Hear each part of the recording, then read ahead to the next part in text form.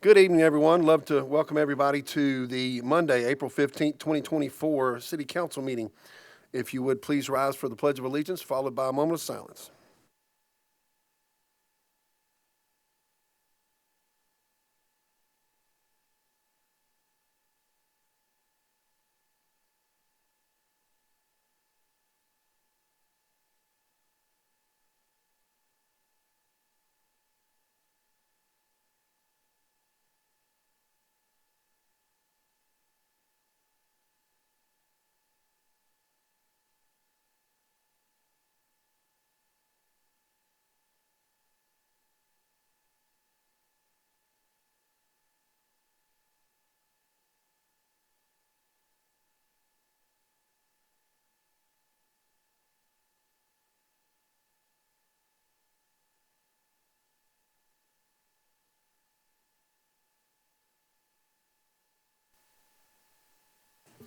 Okay.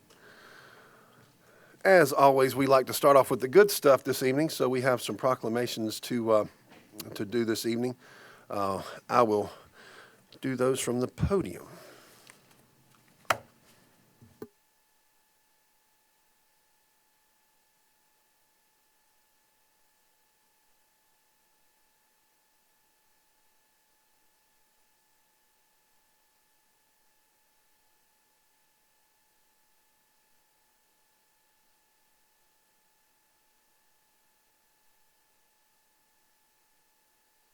Okay. All right. Our first proclamation this evening is a proclamation in support of NAMI, Piedmont Tri-County, proclaiming May as Mental Health Awareness Month. Whereas the City Council of the City of Tega recognizes the impact that mental health can have on the well-being of families, children, and the surrounding communities. Whereas resources, services, and support can greatly benefit individuals who are living with mental health by focusing on their ability to live, work, learn, and enrich our communities. Whereas NAMI, Piedmont Tri-County, is a local nonprofit that is committed to inspiring hope, facilitating recovery, and building better lives for those with mental health. Whereas the City of Tega and the City Council would like to continue to partner with NAMI, Piedmont Tri-County, to raise awareness and support NAMI's mission of improving the quality of life and treatment for those who live with mental health conditions and their family members through education, support, and advocacy.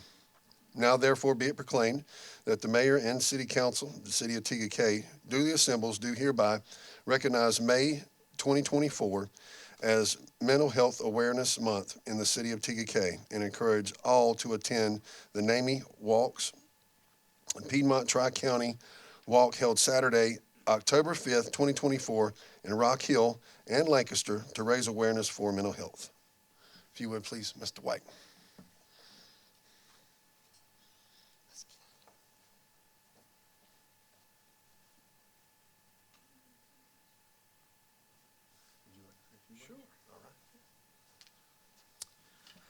Mr. Mayor, council members, thank you. On behalf of NAMI Piedmont Tri-County, it is an honor to stand before you and to receive this proclamation for Mental Health Awareness Month. We are part of the largest grassroots organization that educate, advocate, and support those that are struggling with a mental health diagnosis. More importantly, their family and loved ones. We do that with so much that we have to offer, from educational courses, which we have one coming up soon. If you're interested, reach out to us. We'd love to get you in that basics class. And also peer support courses that we offer. Again, everything that we do, there's no cost associated with it because we don't want cost to be a barrier for someone or a loved one that is struggling with a mental health diagnosis. You know, we are growing. When I first started, we had one office. As of today, I'm proud to say that we are growing, continue to grow, and we have an office in Lancaster and an office in Chester, as long with our well-established office here in York County. On behalf of NAMI Piedmont Tri-County, I want to thank you for all that you do. I challenge you, the month of May, wear green. And when people ask you, let them know there's a resource right here in the Tri-County that can support them with everything. When you're driving in, let's put some green ribbons around those trees coming in. You have a beautiful city. And it's beautiful that you're recognizing those that suffer with the mental health diagnosis. And let's help proclaim May as Mental Health Awareness Month. Mr. Mayor, thank you.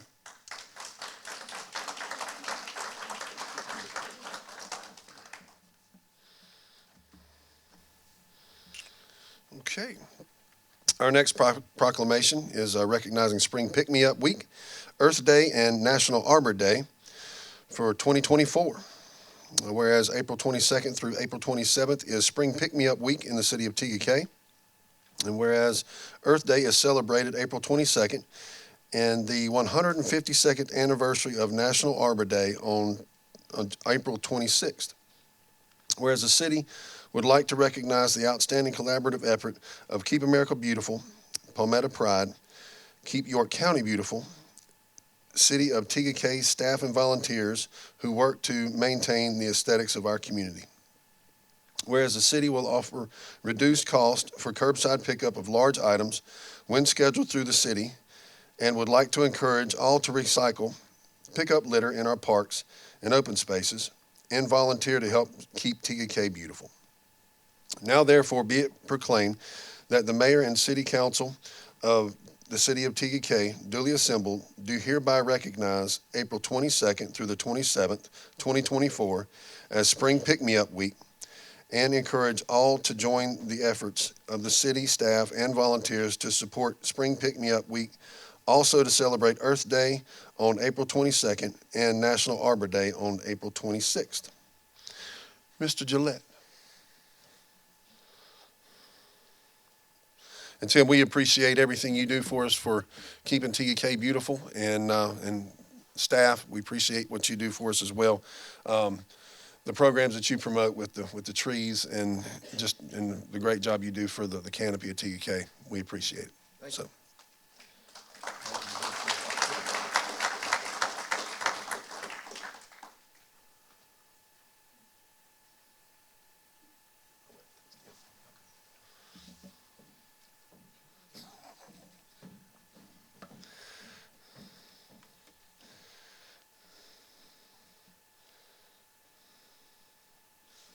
And now this one is one that we love because our Lions Club in Tega, if you guys aren't familiar, they are a bunch of awesome folks that have done a tremendous job for years for us. And we would like to recognize 50 years of service.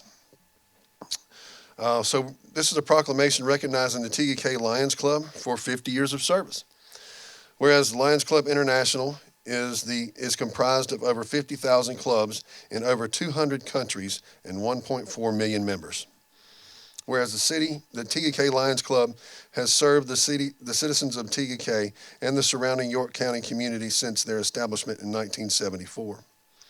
Whereas the Lions Club continues to be an integral part of the city of Tega by fostering and supporting the community through programs such as Abbott's Upstate New York Cookout, the annual Easter egg hunt, 4th of July fish fry, bags for benches, free eye exams at schools, senior citizens Christmas party, and the fall festival activities.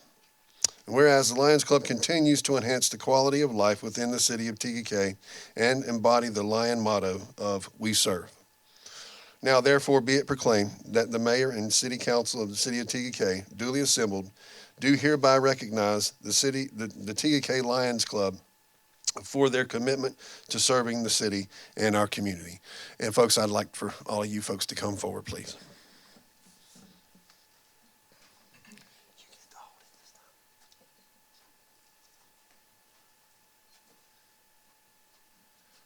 I'll tell you what, let me push this thing on out the way.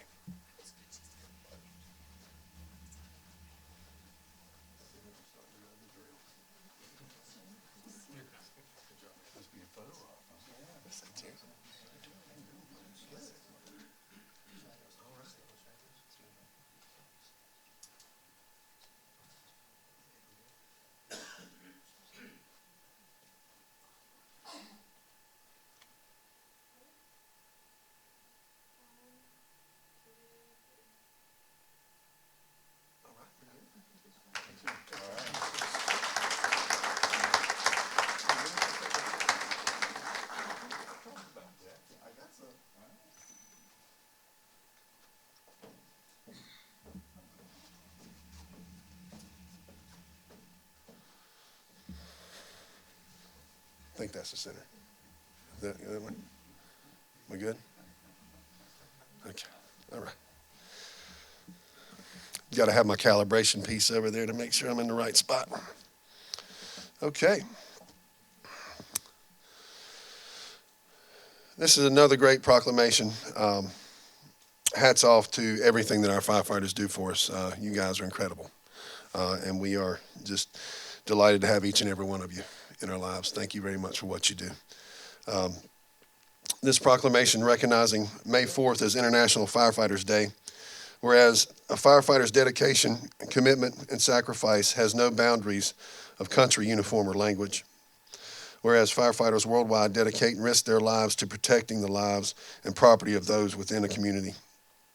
Whereas International Firefighters Day is a time where the world's community can recognize and honor the sacrifices that firefighters make to ensure that their communities and environments are as safe as possible. Whereas the city and City Council of Tega would like to thank each current and past firefighter, to include those within the City of Tega Fire Department, for their selflessness and their service to their city and members of the community. Now therefore be it proclaimed that the Mayor and City Council of the City of Tega, duly assembled, do hereby recognize May 4th as International Firefighters Day. Guys, could I have y'all come up, please?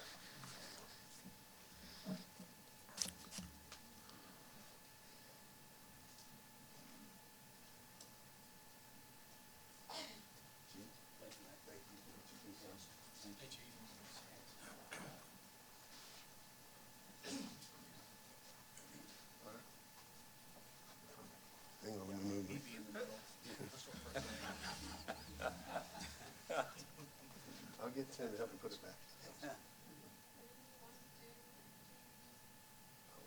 Thank you. Thanks, guys. Appreciate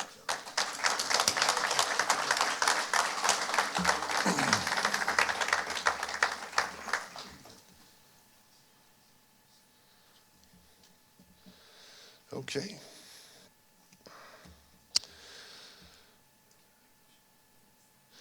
Now we've got another proclamation recognizing May 15th as Peace Officers Memorial Day and the week as National Police Week. Folks, I don't have to tell you that one of the major reasons that we all live here is because of the safety of our city. And the safety of our city, it takes all of us, but it takes a special kind of person in the police officers that we have in our city. These folks put their life on the line day in and day out for us and our safety, for the safety of our children, and for the safety of our communities. And we absolutely thank you from the bottom of our hearts for what you do. So, whereas in 1962, President John F. Kennedy and the United States Congress established by joint resolution that May 15th is designated as Peace Officers Memorial Day. Whereas the same resolution established the week which May 15th falls on as National Police Week, to pay special recognition to those law enforcement officers who have lost their lives in the line of duty for their safety, for the safety and protection of others. Whereas it is important that all citizens know and understand the duties, responsibilities, and sacrifices which our law enforcement officers make. Whereas the City Council and the City of Tega desire to recognize the Tega Police Department as each member plays an essential role in safeguarding the rights and the freedoms of the citizens of our community.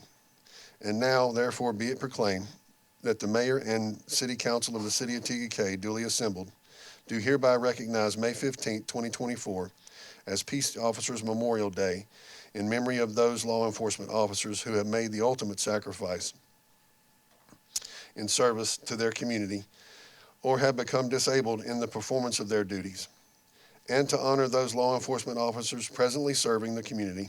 Additionally, recognize that the week is National Police Week. If you would, please, Chief.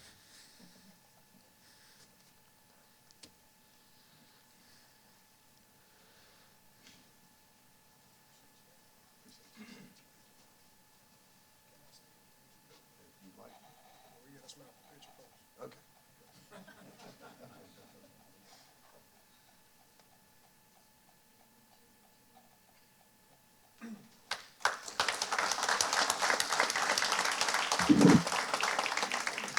I'd also be remiss if I didn't recognize that this week is Telecommunicators Week, and those are our dispatchers that answer the call for service and bring peace to your chaotic situation. So we would not be able to do what we do without them. So I just want to take a moment and recognize them for their efforts on this special week as well. So thank you.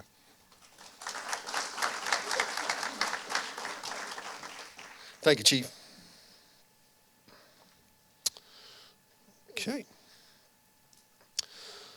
Now this one's for our folks that daily grind. They're the folks that keep our city looking beautiful. They keep everything running like it should, flowing like it should. And for that, we are truly grateful to those folks. It's a proclamation recognizing the week of May 19th as National Public Works Week. Whereas 2024 marks the 64th annual National Public Works Week, which was established by the American Public Works Association. Whereas it is in the public interest for citizens and civic leaders of TGK to gain knowledge and of understanding the importance of public works and programs in their respective communities. Whereas public works professionals focus on infrastructure, facilities, and services that provide public health, a high quality of life, and well-being of the people of TGK. And whereas the infrastructure, facilities, and services could not be provided without the dedicated effort of our public work employees at all levels who are responsible for the rebuilding, improving, and protecting our nation's transportation, water supply, water treatment, and solid waste systems, buildings, public buildings, and other structures and facilities essential for our citizens and our community. Now, therefore, be it proclaimed that the mayor and city council of the city of TGK duly assembled do hereby recognize the week of May 19th as National Public Works Week. We urge all citizens to join with representatives of the American Public Works Association and government agencies in activities, events, and ceremonies designed to pay tribute to our public works professionals, engineers, managers, and employees to recognize the substantial contributions they make to protect our city health, safety, and advance quality for all of life. If you would, please, Tim. I'd like to add to that, if you see our guys out on the roads working and you see one of those trucks, don't be afraid to approach them, give them a hug, shake their hand, tell them you appreciate what they do for you, because folks, they do keep the lights on, they keep the traffic lights running, they keep the stuff going where it needs to go, and we just are thankful that we have the caliber of folks that we have in our city. They are absolutely impeccable. So if you have a chance, stop by and thank one of them.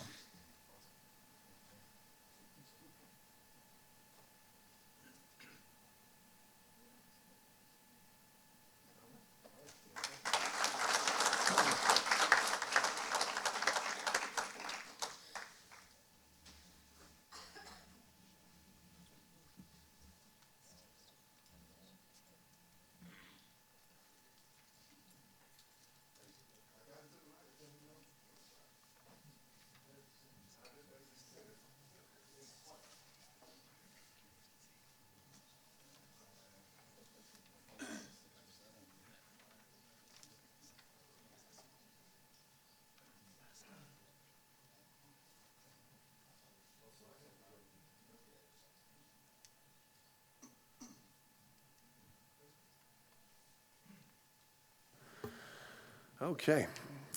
Well, as always, we like to kick the meeting off with some good things, and those are all excellent things. And again, thank you to our Lions Club for what you do for the community. You guys do an excellent job, and I'll be looking for another extra plate of fish July 4th this year. Okay, so now we are to public comments. And as always, please state your name and your address, if you would, please. Jennifer Bishop. Hello, my name is Jennifer Bishop. I live at 2057 Manila Bay Lane, and I'm going to try to be as positive as possible to keep with the tone. Just wanted to bring up Windjammer Park. I know we see a lot of Facebook comments and a lot of grumpy and angry people, but I've only been here for 5 years, and actually that park was one of the the safety in this community were one of the reasons that I decided to buy in Tega. And over 5 years, it's progressively gotten worse. There are more and more people that should not be there. I was there Easter Sunday, and probably half the people that were there did not have permits. So, in fact, one of the gentlemen that didn't have a permit had a pit bull that was not on a leash and went after a woman's dog. She did call the police, and they did come in. And thank you for Tega for responding. I've never called myself for the permitting situation, but it's a little frustrating when you pay as a taxpayer for these parks and for a Windjammer to have people come in that aren't paying to come in, and you're not able to park. So it's just something, I know it's not something that's going to be handled overnight. It was better when we had the attendant. That didn't happen last year. I don't know if maybe I had heard nobody actually applied or yeah, I guess you guys put it out there, but I don't know if you guys have thought about maybe a gate that could be accessed with our passes. Something should be done. Something really does need to be done. And it's bringing unnecessary traffic into our community. And one other thing, I don't know when we started the $100 fee to park, and I don't know how much revenue that brings to the city. As we've continued to grow, is it maybe time to review that? I think that's all I have. Thank you so much for listening. Thank you, Jennifer. Patrick?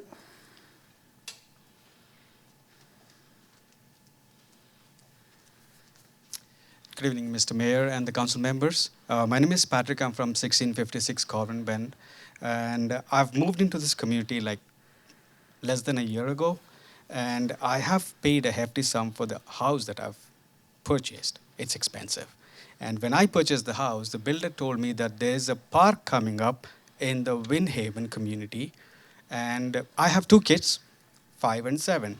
And the young kids, they need a park to play. And we have in our community more than at least 300 plus kids. And every one of us thought the same thing, there's a park coming up. And we have 170 plus people who have signed from my community and submitted to the Tega, the office. And now we hear there's a compost facility coming there. And it breaks my heart. And as a taxpayer, I think me and my children, we deserve the park for the money that we paid for the house. I'm very disappointed. Please put yourself in my place. My house is less than this distance from here to the main gate that I walked in. That's where the compost facility is coming. So my heart breaks, and I'm only requesting if you can reconsider the decision, or if there's anything that can be done. We as community would truly appreciate, and we will really appreciate it, sir. And put yourselves in my place. There are so many kids playing. The traffic that will impact. The community will be impacted. And the compost facility can bring a lot of unnecessary things into the community.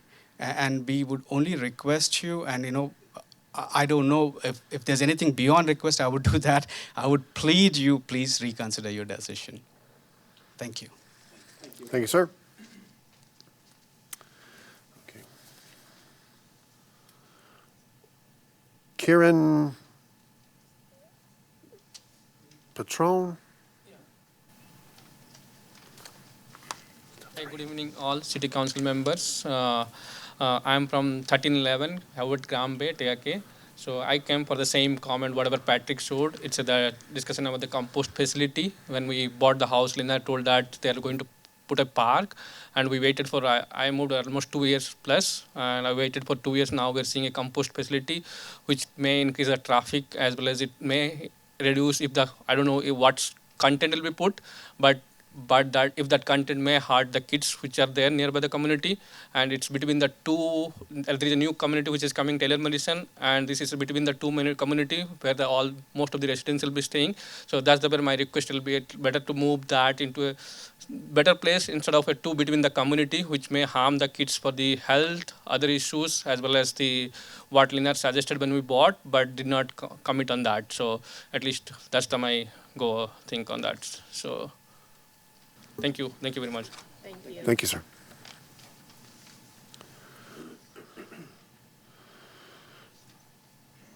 I'm going to try Aaron Vanadelis. Was that? I don't know. Okay.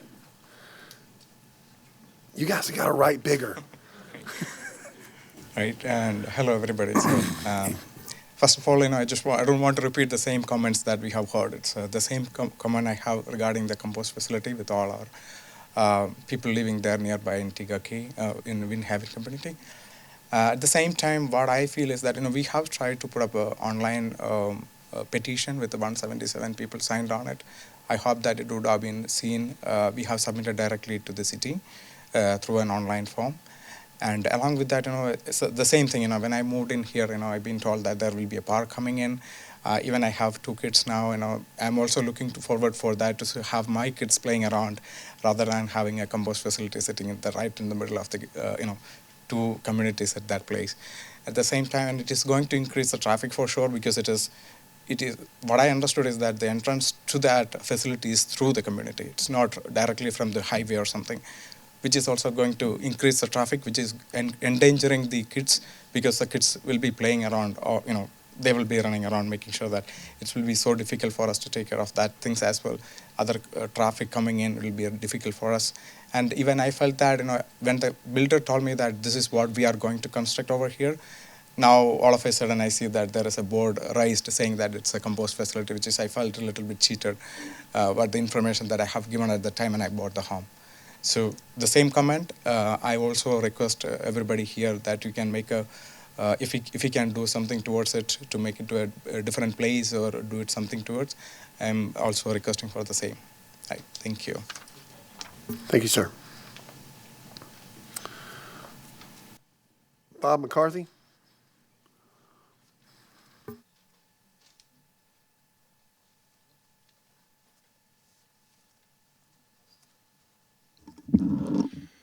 I want to thank you for acknowledging Alliance 50 years, and since it is our 50th year, we do have an end-of-the-year banquet every year. We've had to move it out of the city because of cost. The Lions have 2 budgets. One, we pay for all our own activities out of our administrative budget, and any funds that come in as donations have to be used in our activities fund and used for the benefit of others.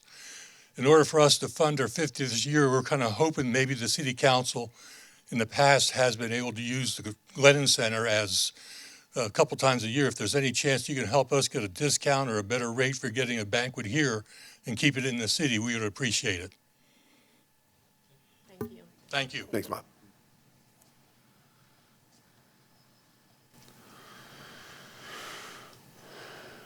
Janet Atkinson?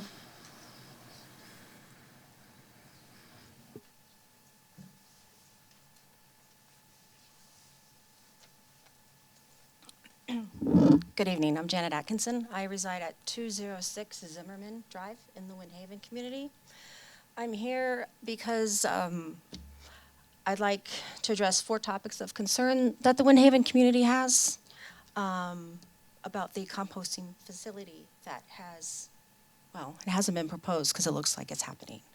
The community was under the impression that the designated land would be developed into a park, a much-needed green space for recreation and relaxation. The sudden shift to establishing a composting facility without community consultation or proper notification has not only surprised, but also dismayed the residents. The land use and initial promises that were made, there's growing concern about why the initial plans for a park were set aside.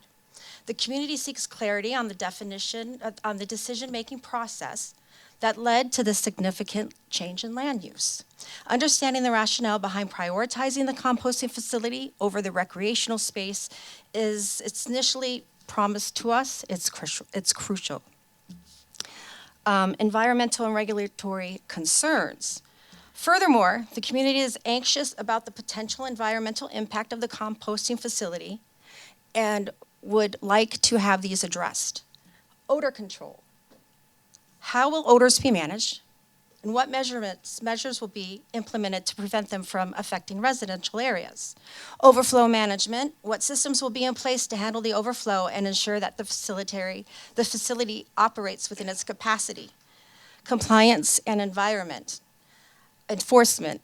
How will the city ensure that the facility complies with all the relevant regulations regarding what materials can be composted, and traffic management, which has been brought forth by many of my fellow residents. We've already have a problem with delivery trucks and people not abiding by the speed limit, but that's another topic. The increase of traffic through our community due to the operations of the facility is a major concern. What steps will be taken to mitigate traffic issues and ensure the safety and convenience of the residents?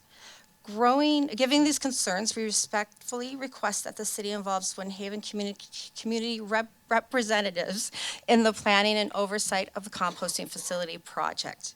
We advocate for a transparent process that includes regular updates and community feedback. It's vital that our concerns are addressed and that the community engagement is prioritized to foster a cooperative and informed relationship between the city and Windhaven residents. And I apologize, my allergies are off the charts. I'm a northern girl, but I will take this over Minnesota winters. Thank you for listening. Thank you. Alicia Formato.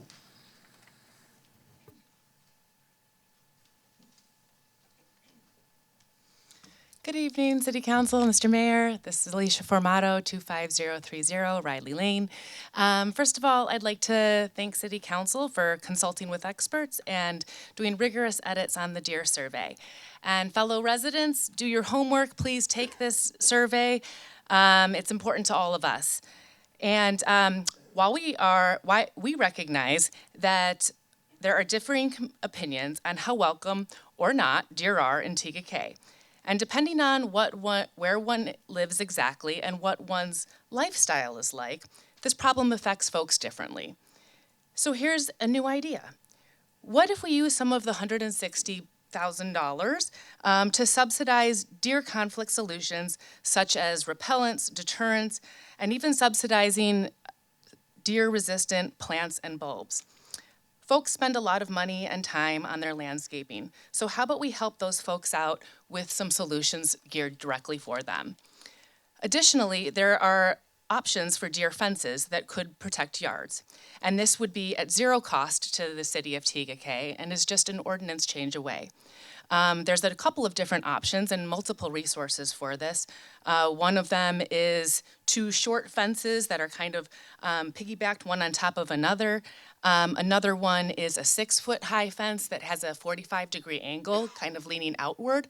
And a third option would be a 8-foot high privacy style fence, because when the deer can't see through and they can't see what's over, they don't jump it.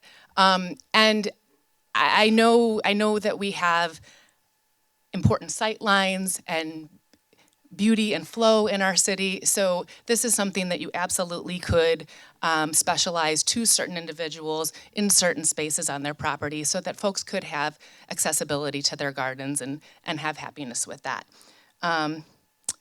So thank you. That's all I've got tonight.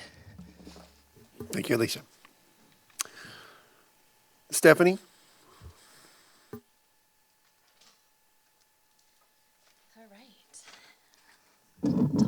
All right, I'm Stephanie, and I am going to hop on Mayor's enthusiasm around dovetailing Stephanie, the hang on one importance sec. of recognizing and. What's your address?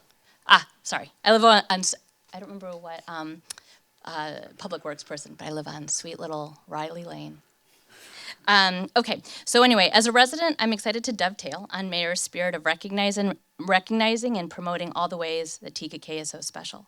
I want to acknowledge, yes, the strength of character and leadership of our council in course correcting the community survey to gain more accurate and meaningful feedback from the residents as it related to the potential hundreds of thousands of dollars, taxpayer dollars, as well as a reflection of our community's core values and our commitment to long-term wildlife management program.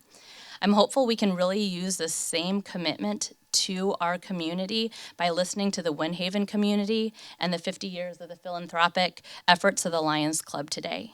Moving forward in recognition of the positive ways the city is committed to residents, like the city council chat with Carmen and Tom, that was excellent. We had a roundtable and they do this monthly. I really recommend residents to also find what matters most to you. What is your personal passion? What makes TKK special to you? And start showing up, right? Because if we want to keep TKK wild and we want this to be a really special place, we need to also be invested. It's not just these 5 people in front of us problem, as well as our city, to just fix stuff for us. And it is happening in our backyards. And if we don't start saying something and start showing up, then we just let go of the wheel and we don't get to complain about it. So I really am here to encourage more of the positive and the solutions, but find your passion and show up. And what I mean by that is tomorrow morning, the TKK Living Memorial Garden, the one that welcomes us every evening back home, could really use help with residents to show up with planting, weeding, and mulching. They do this on Tuesdays and tomorrow because of the rain out. Last Tuesday, I really hope folks show up. Every little hand helps. You don't have to be a green thumb. Another example of the way that we do have some grassroots, really fun, family fun activities is the way that TKK wildlife rehabbers just showed up imperfectly with open hearts to go on a walk, to do their first wildlife walk. And that was this Saturday. And, you know, it would be wonderful if people of different parts of the neighborhood would show up and just get outdoors and enjoy that amazing walkway that we have on TKK Drive. It's such a special place. And I also want to emphasize, I'm not sure where the camera sits, but the Best Damn Fest that's happening here, May 18th. Mark your calendars, y'all. I think Carolyn and her team has been really working on trying to figure out ways we can't utilize some of this sort of general space for all of us to enjoy. That's all. Thank you, Steph.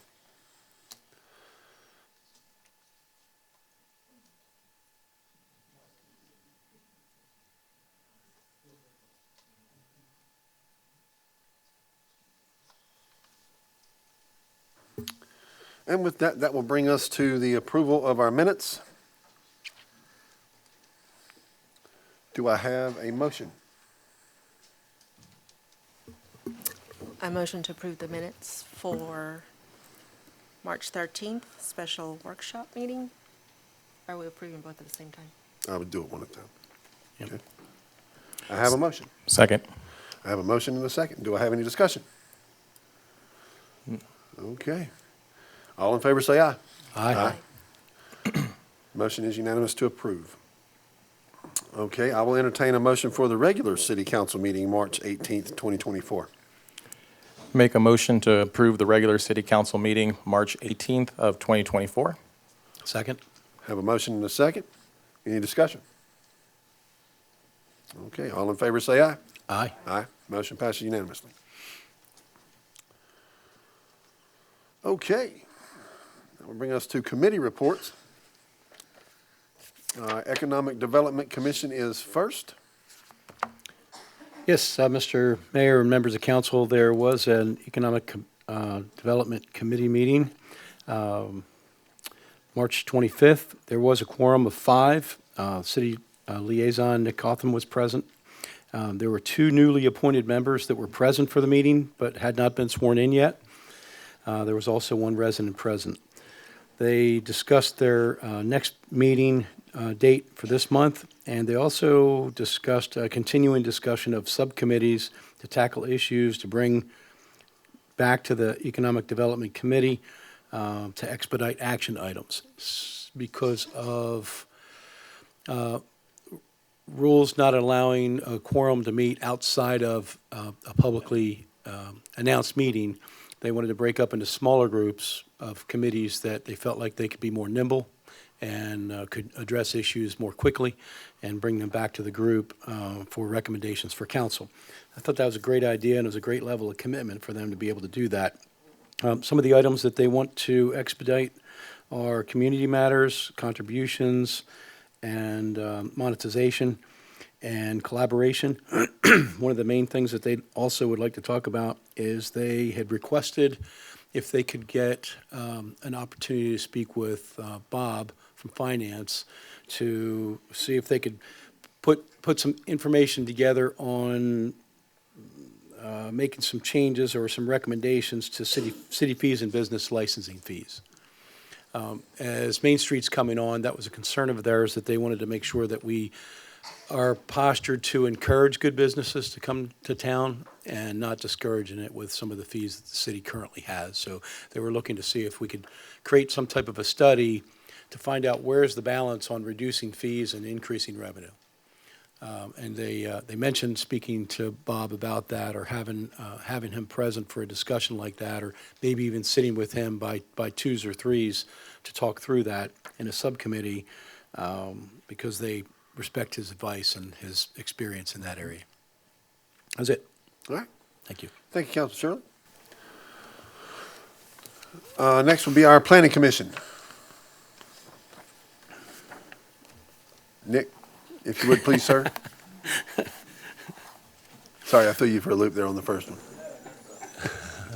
Saw my name on EDC and I was ready for that. Yeah, so Planning Commission, we had a few of the new members were able to come. So we have 3 new members out of the 7, and we discussed the marina overlay. We didn't have our chair there, Mr. Amico, so it was high level trying to get a few of the new members up to speed on where we are. I'm going to try to have some sit-down conversations outside of the Planning Commission regular meeting to try to get everyone up to speed, and so we can sort of take off on that and get you guys some actionable items to look at. But that was really all that we had for the most part. We also went over just our general rules of order, ethic type stuff, and it was pretty short meeting. So. Thank you, Nick.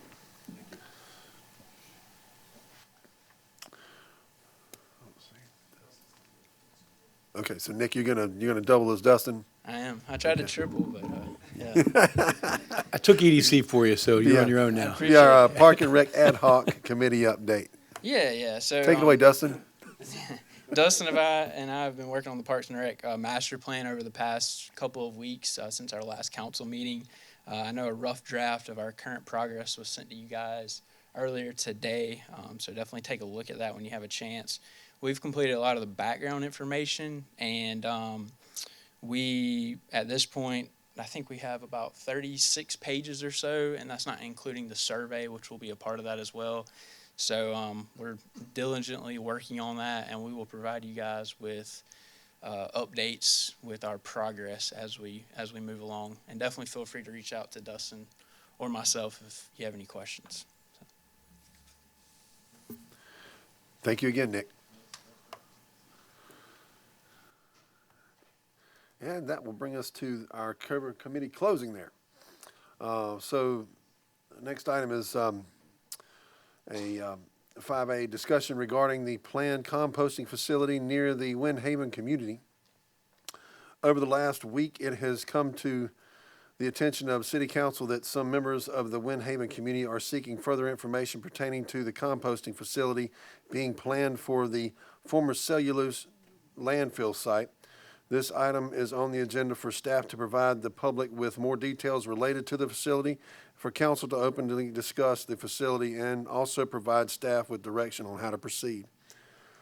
So, Mr. Funderburk, if you would, please. Thank you, Mr. Mayor, members of council. If everyone can bear with me, I think it's important to go back to the beginning and kind of show what this property was planned for, and kind of get us to where we are today. So originally, the original Windhaven, I'll call him developer, Mr. Olson, came to the city actually with the Fort Mill School District staff. Fort Mill School District was looking for a opportunity to potentially build a middle school in Windhaven. It got far enough to where the school district was actually having conversations with the city council at that time to lease a good portion of the 25 acres that are out there for athletic field sites related to the middle school.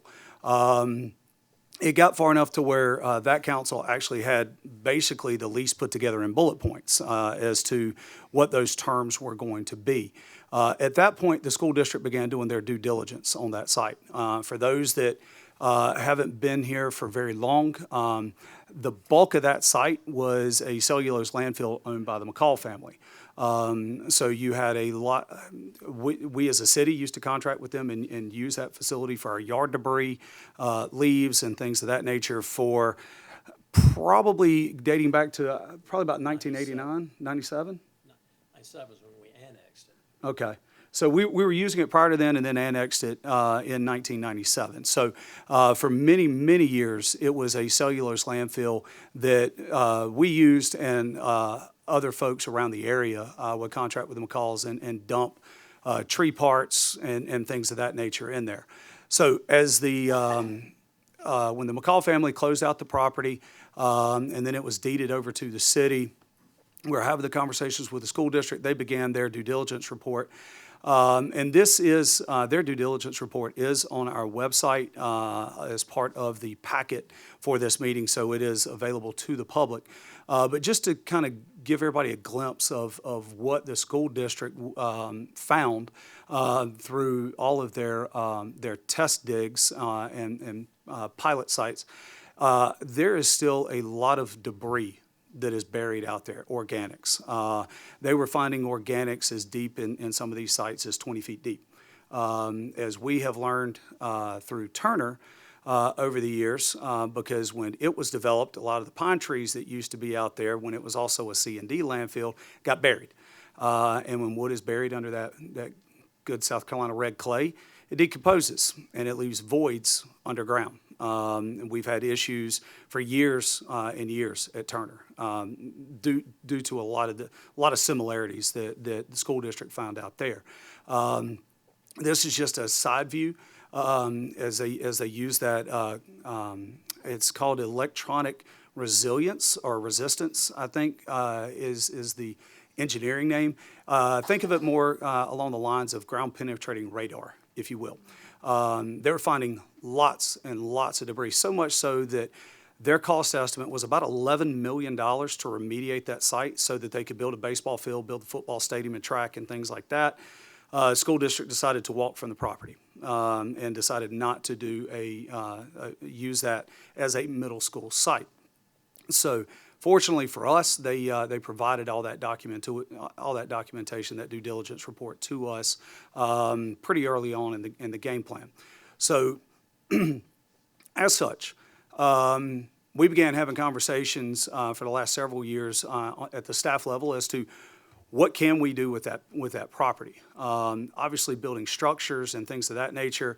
My professional opinion is out of the question. It's going to be cost prohibitive. The sand, it's a sandy soil, so it's not structural filled dirt that they're finding out there. We would have to excavate a ton of dirt and come back in with new structural fill dirt. As I said, now this was, I'm going to go back probably 7, 8, maybe 9 years ago, is when the school district did their report. And they were looking at about $11 million, if I recall correctly, as far as their remediation. Now, during the public comments with things that council has shared with us, with me, over the past several days, weeks, there's a connotation or an assumption that we weren't going to do a park out there. And I wish I had a mouse, because this doesn't show up on the screen. But let's say the right side of that property is some of the better area, and that's what we were thinking. Okay, let's do the park out to the front. Let's do the compost facility back in the back where it's out of sight, out of mind, as far away from the residential units as possible. At this particular site, and you can see it in the permit documents that are also online. It's over 220 feet away from the closest residential home. It's on probably the only flat spot that are beyond the power lines. And the power lines is that rectangular piece that kind of bisects the property down the middle. Those are overhead transmission lines, all right? So we're very limited on what can go under there because of Duke Energy, right? So that's what the thought process was, and that's what we were looking to do, because and it may be hard to see depending on how far away you are, but there's a lot of topography on that. On that entire property that slopes off the sides and off the back and things of that nature. You've got a creek on the far left side that runs through River Falls. So trying to keep it in an area that, one, is the least impactful to residents as possible, and two, to keep it tucked away, keep it hidden. All right? Now, the use of it. This would not be, or not intended to be, not permitted to be a public composting facility where anybody, everybody can come in. It's strictly for leaves that we collect for probably 3-4 months out of the year, from basically November to February, right? And then the process of turning those leaves, creating the compost and things like that. Some of that compost the city would be able to use in our flower beds, landscape areas, things like that. But more than likely, we're going to be giving away a lot of compost, doing free compost days, similar to what we do free mulch days.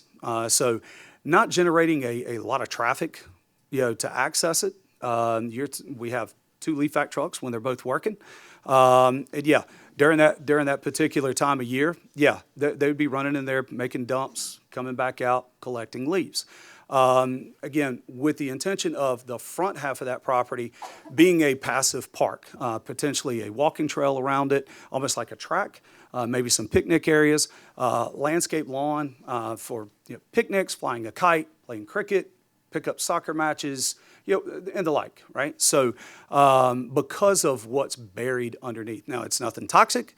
It's, we're not worried about methane gases and things like that. It's strictly organics is what they were finding in I think it was 37 or 39 test holes that they dug throughout that entire property. Now, all that being said, we do have a backup plan. If council does not want this here, we can do it at our chipping yard down off of Gardendale.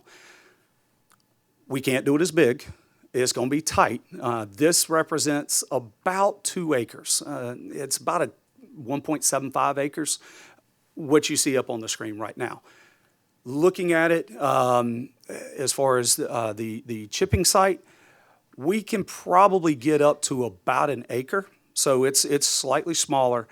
But again, with keeping with the regulations from DHEC that say it's got to be 200-foot buffer from residences. We also have to have a 50-foot buffer that's part of that 200 from the property lines. So when you start putting those buffers in place that are a requirement of the permit, it really condenses things down over at the chipping yard. Now, so what does that mean? One, chipping yard, we'd have to clear it. It's heavily treed, except for the area that we're currently using for mulch storage and the brush that we pick up on a weekly basis and take out there, right?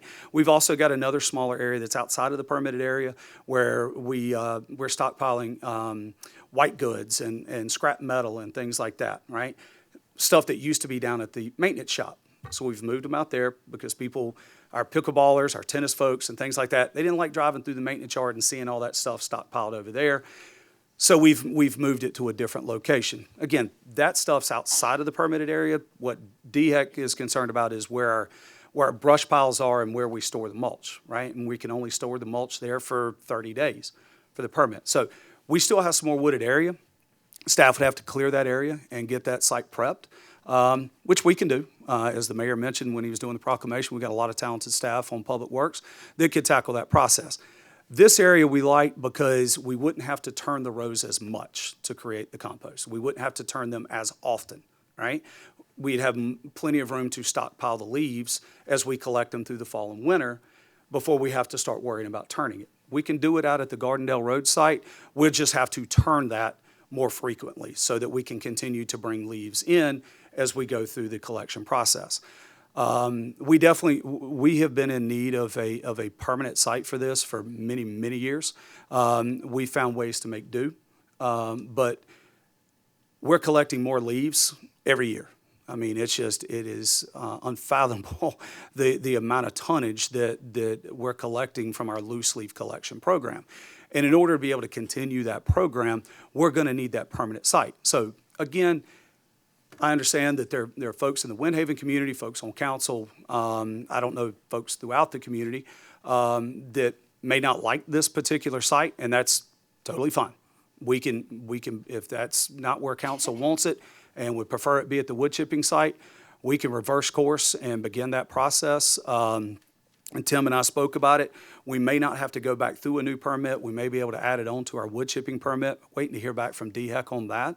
But if we can't, then we'd submit a new permit. It takes about a month to go through that permitting process, and off we go. So, yeah, we'd save money at the wood chipping site in the fact that we wouldn't have to fence it like we would be here, so we're not buying fence. Have to do a little bit of driveway work, but not as much as what you see here depicted on the screen. So there's some savings, but then you've got staff time, and it will take some significant time, mainly because of all the other things that staff has to do to clear and prep a site for the leaf mulching. So I know when people hear composting, to some it brings a negative connotation. You know, we're not talking about putting scrap foods and old vegetables and things like that, like people probably do with the composting bins they have at their house. It's strictly leaves, right? That's what this facility would be used for, whether it's here or whether it's down at the wood chipping site, all right? The closest homes there's one right out in front, but it's plenty far enough away. But the other homes that would be in consideration are the ones in Wisteria Meadows, where we've got to keep it 200 feet away from those for DHEC. So I know that was pretty quick. To some that may have been too lengthy, but I've been told I'm a talker. So with that, Council, happy to answer any questions and hear discussion. But primarily really need the direction on which way we want to go with this, whether it's down at the wood chipping site or continue forward here. So Charlie, I was digging into a little bit about this composting. According to DHEC, we've got to keep that material at 131 degrees Fahrenheit. In that, if you keep that material at 131 degrees Fahrenheit, you have to have people, I think it's three visits a week that you have to keep that permit alive. I know we've got 2 staff members that are certified compost managers. They went through all the schooling and training and took the test and got the certifications to be able to do that. How many visits per week? I don't have that information with me right now, but I would imagine, yeah. And in that, in turning that product, the turning of the product, you get a bit of an odor turning the product. But in turning that product, that odor is more like woods. You smell trees. So we'd just be doing the leaves. That is correct. And it would only be our trucks coming into there. Correct. So if we are to give free compost away to everyone, would we then truck that compost out to provide that for folks, or would we just dedicate maybe a day or a weekend or whatever to have that? We haven't gotten into details on that, but I would imagine it would be similar to the free mulch days, where it would be a day between these times and those times where we would give the public access up to a point to where they could load up as much as they wanted to from a compost standpoint, take it with them. Okay. My other question that I had in this with this DHEC permit, the PDD for Windhaven, that property was deeded over in accordance with Article 1976, 5-23-43 in the SC Code. So with that, it was deeded over for so as to provide a subdivision regulations for a reservation and a dedication of land for public recreational purposes or the payment of a cash contribution earmarked in lieu of those purposes. So did we have a fund for that? Yes, sir. So the way it works, and this PDD was put in place prior to former council adopting impact fees. So what Windhaven has to do is pay us per plat to go towards this, and I believe it's $1,000 per home, $1,500 per home on that plat, with a total balance of no less than $400,000 by the final plat to go towards this area. So none of that's been paid to the city yet? Oh yes, it comes in with each final plat. Yes, sir. Okay.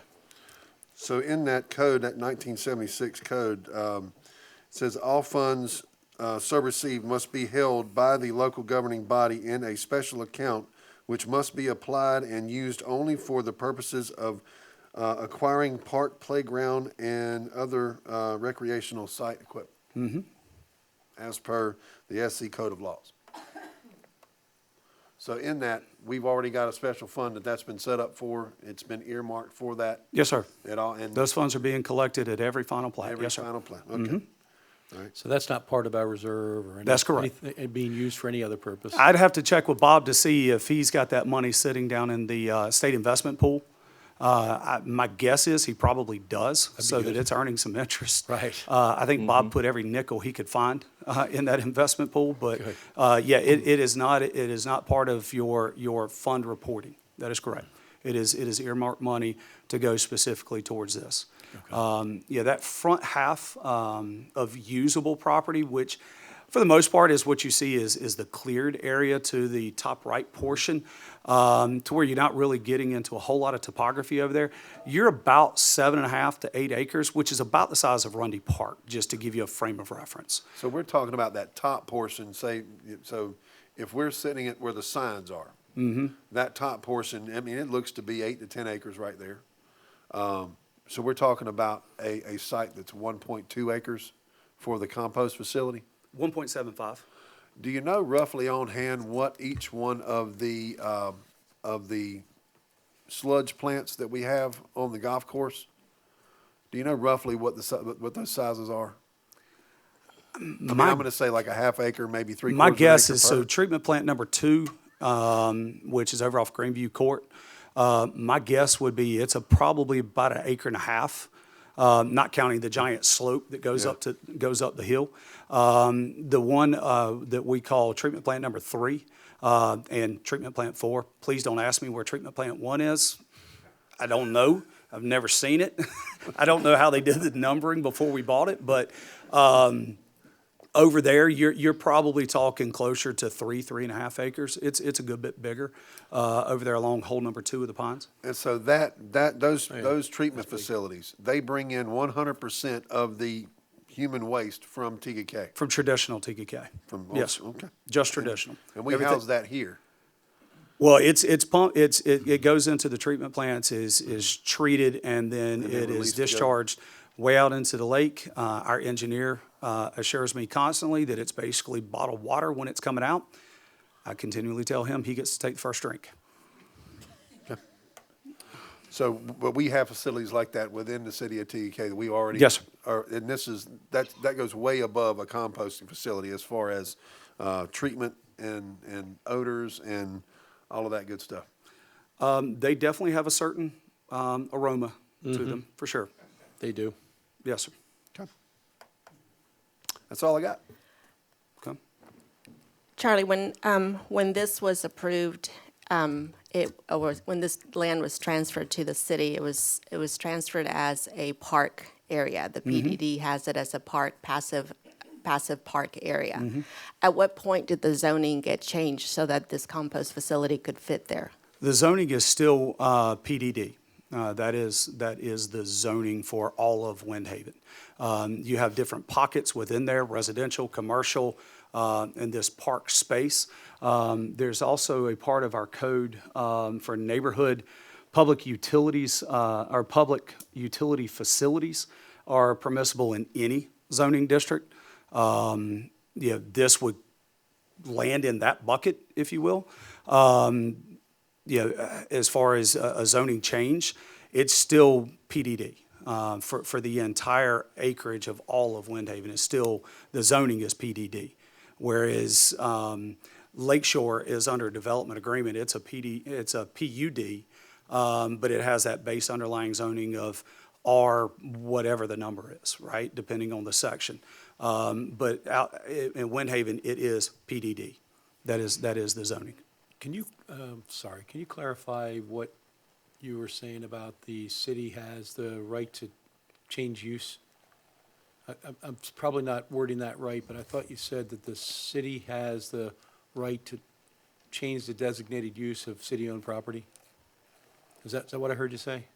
No, sir. I said that a neighborhood public utility facilities are allowed in any of our zoning districts. Okay, so they're allowed in the. Yes. Okay, got it. That's correct. Thank you. Sorry, I misheard that. Yep. You had indicated that this is about what did you say? About 1.75 acres. Okay. Yes, ma'am. In a communication with us, you had shared that you thought it was going to be about 5 acres. That's correct. And that was an assumption just looking at what this was, in measuring it and having further conversations with Tim, and taking measurements off of, out of the engineering documents. We feel pretty comfortable that you're less than 2 acres on this particular piece. Okay. And is there not a process in place where you would have to seek advice, council approval to change what has been served as a park to the homeowners in that area, to people that are purchasing that property, where it is not a decision that the city makes without any consultation with council or the community? So at our February retreat in 2023, department heads presented their 3-year plans. Every department head did. This was specifically called out during the Public Works Stormwater 3-year plan, the western side of this property being utilized as a compost facility. So that discussion was had with the prior council back in 2023. Is that constitute an approval, or is that a discussion, something that was shared as a paragraph in a presentation? Tim did the presentation, but my recollection was there wasn't a whole lot of discussion or pushback from council. If we had presented that and council says, I don't want that right there, we're reversing course and trying to figure out another option. Similar to what we did just recently when the feedback coming from council was, I don't know that I'm comfortable with it being there. We immediately started having internal conversations about, okay, where else can it go and what's it going to take to put it there, which is where we came up with the chipping facility and what it would entail, how big it could be. It's smaller than this, right? But it's not unusable. But it would have to be, a considerable amount of staff time spent clearing and prepping the site to have it ready. So a follow-up to Councilman Miller's question. When we have someone comes before planning or city staff or council that wants to do something with a piece of property, build on it, change it, design something there, I need some clarity on this. That usually goes to Planning Commission. There's a public hearing, and then it's voted on by council if we're going to do something with a piece of property, especially a city-owned property that people have paid for, especially the folks in Windhaven. I'm having a hard time getting my head around how that decision got made without an approval process that's consistent with other approval processes for properties. Well, this particular piece does not require a rezoning. It can be rezoned. It could be rezoned to government institutional versus PDD. If council wanted to go through those steps and carve that out and say, hey, we want to rezone this. We did something similar probably, 12 years ago, where none of our parks in the entire peninsula were zoned as park. They just weren't, right? So we went through and identified, okay, what are all the city-owned properties? And council rezone those to government institutional or to park, depending on what was on the piece, what was on the parcel. So this can be rezoned if that's what council wants to do. Doesn't have to be rezoned, okay? And again, when we brought it forward to the prior council, we didn't get any pushback as to, no, we don't want this. We don't like this. We think this is a bad idea. We want you to come up with a better idea. We took that as council's comfortable with going ahead and moving forward. There wasn't there's still not, unless council wants to, a legislative step that has to be taken for it to stay here, okay? But because council has now expressed their desire to have this conversation, we're going to, and I know I've said this in prior meetings, we're going to follow council's direction. So if it's not here, we've got a backup plan to where we can still do our leaf collection operation and keep moving forward. This is an easier site, but I get it. If people are concerned about, our leaf trucks going in and out of there, they're concerned about what the smell may or may not be and that kind of thing, and we want to move it, over, basically across the street from Cadence. I almost think think this is similar to a dog park, everybody wants a dog park, nobody wants it anywhere near their neighborhood, I think right? And my- so, my Yes, ma'am. concern comes also from several places.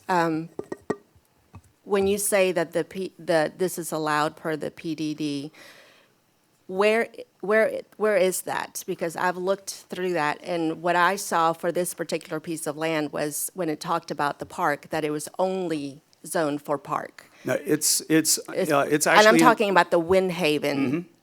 So it's not in the Windhaven PDD, it's actually in Ordinance 77, and it's Article 9, Supplementary Use Regulations. So it's Section 19-135 in Ordinance 77, and it's paragraph C of that section that allows for this. And it just allows, it's not like an overlay where that ma'am. PDD takes Yeah, precedence The only over that. overlay that exists in the city is the Marina Overlay Okay. District. Yep. Was there not any thought process that was given to the fact that this would be affecting those residents, that it could have the potential of affecting the desirability for that area when it came to purchasing homes? Was there any thought of how this was going to affect the park that may have been developed or may be developed there with that gravel road that is now going to be going along the side of it? You shared with us that it was going to be on the far corner of this property. Everything that DHEC has in their approval process shows it's smack down in the middle of the second half of, on the other side of the power lines. And you're saying an acre and a half or so. And what DHEC shows in their maps, It's much more than that. it's a much bigger section, and it's definitely not in any corner of this area. So when I put the email together to you guys a couple weeks ago, all right, Tim was out of the office, and I was communicating with him remotely and asked him, where on the site is it going? Okay, his communication back was on the So you western didn't side. know? Huh? You didn't know where it was exactly? I did not have these documents. Tim had them. Okay, so I gave you a general area of where it was going to be. Okay, yeah, I put it in I'll call it the southwestern corner instead of more up towards the middle, but still on the western side of the property. At the end of the day, if we don't do the composting yard here, which again, I'm going to reiterate, it's totally fine. We can do it at the chipping facility.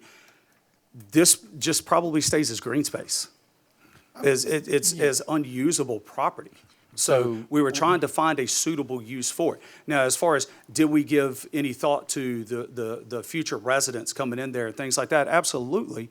And that's why we moved it to where, that's why we wanted to put it where we would, so that it would be as far away from houses and as far away from site as we could possibly get it. I think that public communication, actually speaking to those residents and presenting what the plan was, probably would have been a better communication. Going back to the Fair enough. financing. Fair enough, yeah.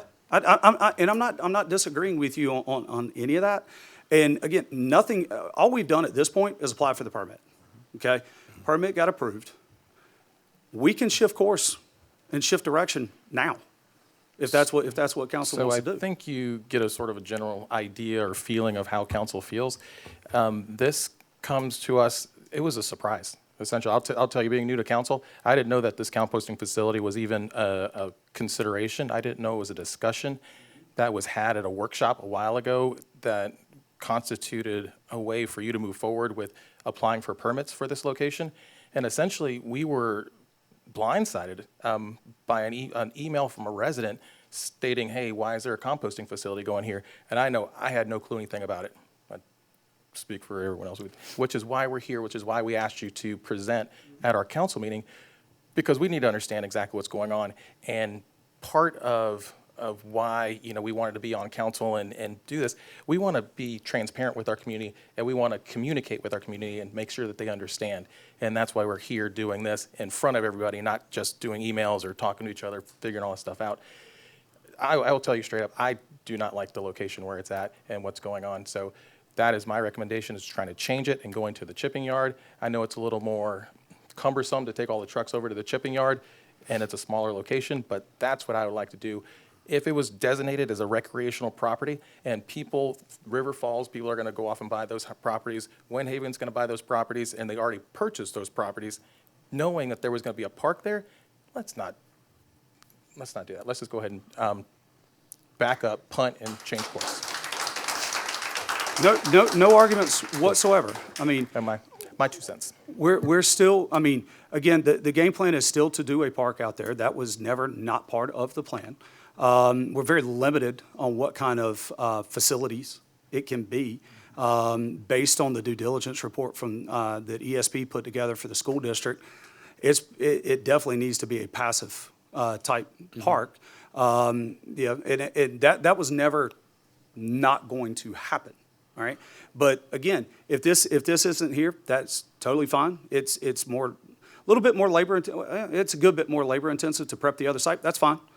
Staff's ready to take that on if that's the direction of council, and we're happy to move forward with it. My question is the soil over there, I know it's classified as C, classification soil. I get it. Sandy, not very structurally sound. Are we able to maybe put some backstops in, maybe put some fencing in to do some more ball fields, perhaps some cricket courts? I think dare I say pickleball courts? I don't know that I would go that far with it. Slinging it out there, Big Daddy. Just slinging it. I'm just because of Pickleball what's courts going would to be end great. up occurring over time on that facility with settling. Again, a lot of sinkholes and things like that, they're going to happen out there. Yeah. I would advise council to not put any, the most permanent structure I would put out there is probably an asphalt trail around the thing. We can put irrigation out there. We can have a nice landscape lawn for, whether it's cricket, people just want to go out and kick a ball around or that kind of thing. Absolutely. Once you start getting into ball fields and fencing, yeah, I mean, we could do fencing if that's a need. I'm just thinking But when you backstop start- as far as, if we were to So by backstop, you mean like an actual baseball backstop? like a baseball backstop. Okay. I mean, could you? Yes. I would absolutely advise council to not get into putting lights, sports lighting and things like I don't think it would that. support structures like that at all. I mean, we had a massive issue at Turner when those lights first got Oh, installed. absolutely. That's right. I mean, if it's not a makeshift backstop, but just a backstop like you might see out at a church property or something like that, where people want to just go bat a ball, things like that. Sure, those types of things will work out there. I'm just thinking of how could we relieve the overcrowding that we still have with some of our other parks. sports Yeah. that we have. I was contacted by a gentleman Thursday about he wanted to. He's got a football team that he needs some practice area for coming up this fall, and I said, well, let's dig into it. Let's see. But if we had a space like that that we don't have dedicated to, it's not groomed, it's not a turf field, but it's just a nice grassy grass field. area to where we can say, hey, you can always go over to Windhaven and have access to those fields over there. Just something to where it's more than what Lookout Park used to be. Right. Before we took the gravel up and put some nice grass down, when I used to mow it. Talking about slinging gravel, that thing would do it. Yes, sir. But just something where we could have a nice turf, to offer those kind of things for folks. As one of the conversations we've had at the staff level is as we got closer to build out with Windhaven, is putting together some designs for this particular area, and then having community meetings with Windhaven. Do you like option A? Do you like option B? We've never looked at this as a programmable area that our Parks and Rec folks would be actively programming things on. Really, we've always viewed this as a neighborhood park. So bigger than a pocket park, but not as big as like Catawba Park or anything like that. And it would just be a first come, first serve, just use it. To be honest with you, we've even talked about not even having parking over there. It'd just be pedestrian access off of the sidewalks, roadways, things like that, to be able to go and use it. So those are the conversations that we've been having over the years just at the staff level. We haven't had it at the council level yet because we're just not there yet. to be quite honest. But, I mean, it sounds like, unless I'm misreading the room here, council does not want the composting facility there? No, I know that I don't. If I, can I? But Okay. I do have a question on. Yes, ma'am. What you talked about the 400,000 or that is supposed to be coming towards the park, up Yes, to ma'am. 400,000 that's coming for the park use. Mm-hmm. The composting facility, you had mentioned that it was on the capital improvement plan. Correct. And that was earmarked at 750,000. Where was that coming from? Most of that is for the piece of equipment that would be needed to purchase to turn the But leaves. where's the money coming from? Impact fees. And that's also earmarked in some account somewhere? Yes, ma'am. You have Okay. with the updated impact fees that I believe we did last year, there is now a public works impact fee that wasn't being charged before. Right. To go towards this and a operations building, if you will. You're talking about a prefab metal building to store equipment in on the eastern side of town, just to make service over there a lot more efficient than having to drive front-end loaders down Hubert Graham Way every day and things like that to be able to service Cadence and eventually Wendell Woods and Lake Ridge and the like. We're collecting impact fees on that and have been for about a year now, that would go to offset those expenses. Okay, and then if we're looking at that impact fee study, the 2022 one, Okay? and in that study, there's a whole list of capital improvement plans. Should we, because again, like Brian said, we're just stepping into this, so this is all kind of drink by. Yes, ma'am. There's a whole list of of money that should have been put aside for certain expenses. There's the mulching facility, there's the operations center expansion for public works, there's tennis and pickleball facilities, there's Windhaven Park, there's a police station expansion, there's So a lot of that carries over from the initial impact fee study. Okay, so when we look at this, are we to assume that these funds are earmarked in some account In to our be impact fee used? accounts, yes, ma'am. So let's talk pickleball and tennis. Then you're saying that Come on. 1.2 million is earmarked somewhere? It's from not, these it's not impact specifically, fees? so you have a Parks and Rec impact fee. Right, but You have a this- Public Works impact fee, a police impact fee, a fire impact fee, and a utilities impact fee. Yes, You have a and water this under and a Parks sewer. and Rec, it says Windhaven Park, Mm-hmm. $950,000. You're saying that $950,000 has been earmarked for Windhaven Park? But you don't have it all collected yet. No, either. and I'm just, this is what we're going to be collecting or have collected. You said Current that. process of being collected, In the process right? of being. Is that So accurate? should we look at this and say these fees are going to fund all of these things that are in this report? It won't fund 100% of them because by state law, it's not allowed to. Okay?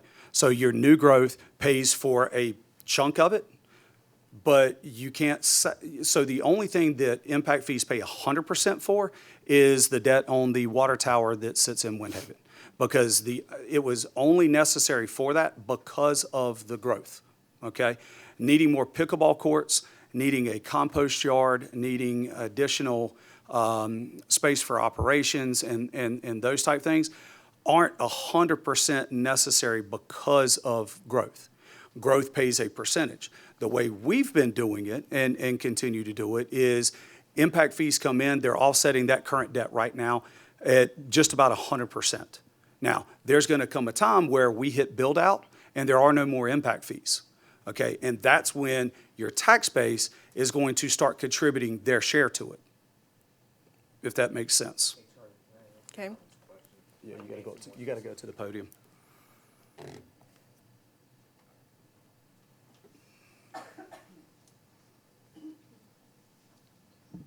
Hey, Carmen, more specific to your question, since I was Parks and Rec Director back when that was done.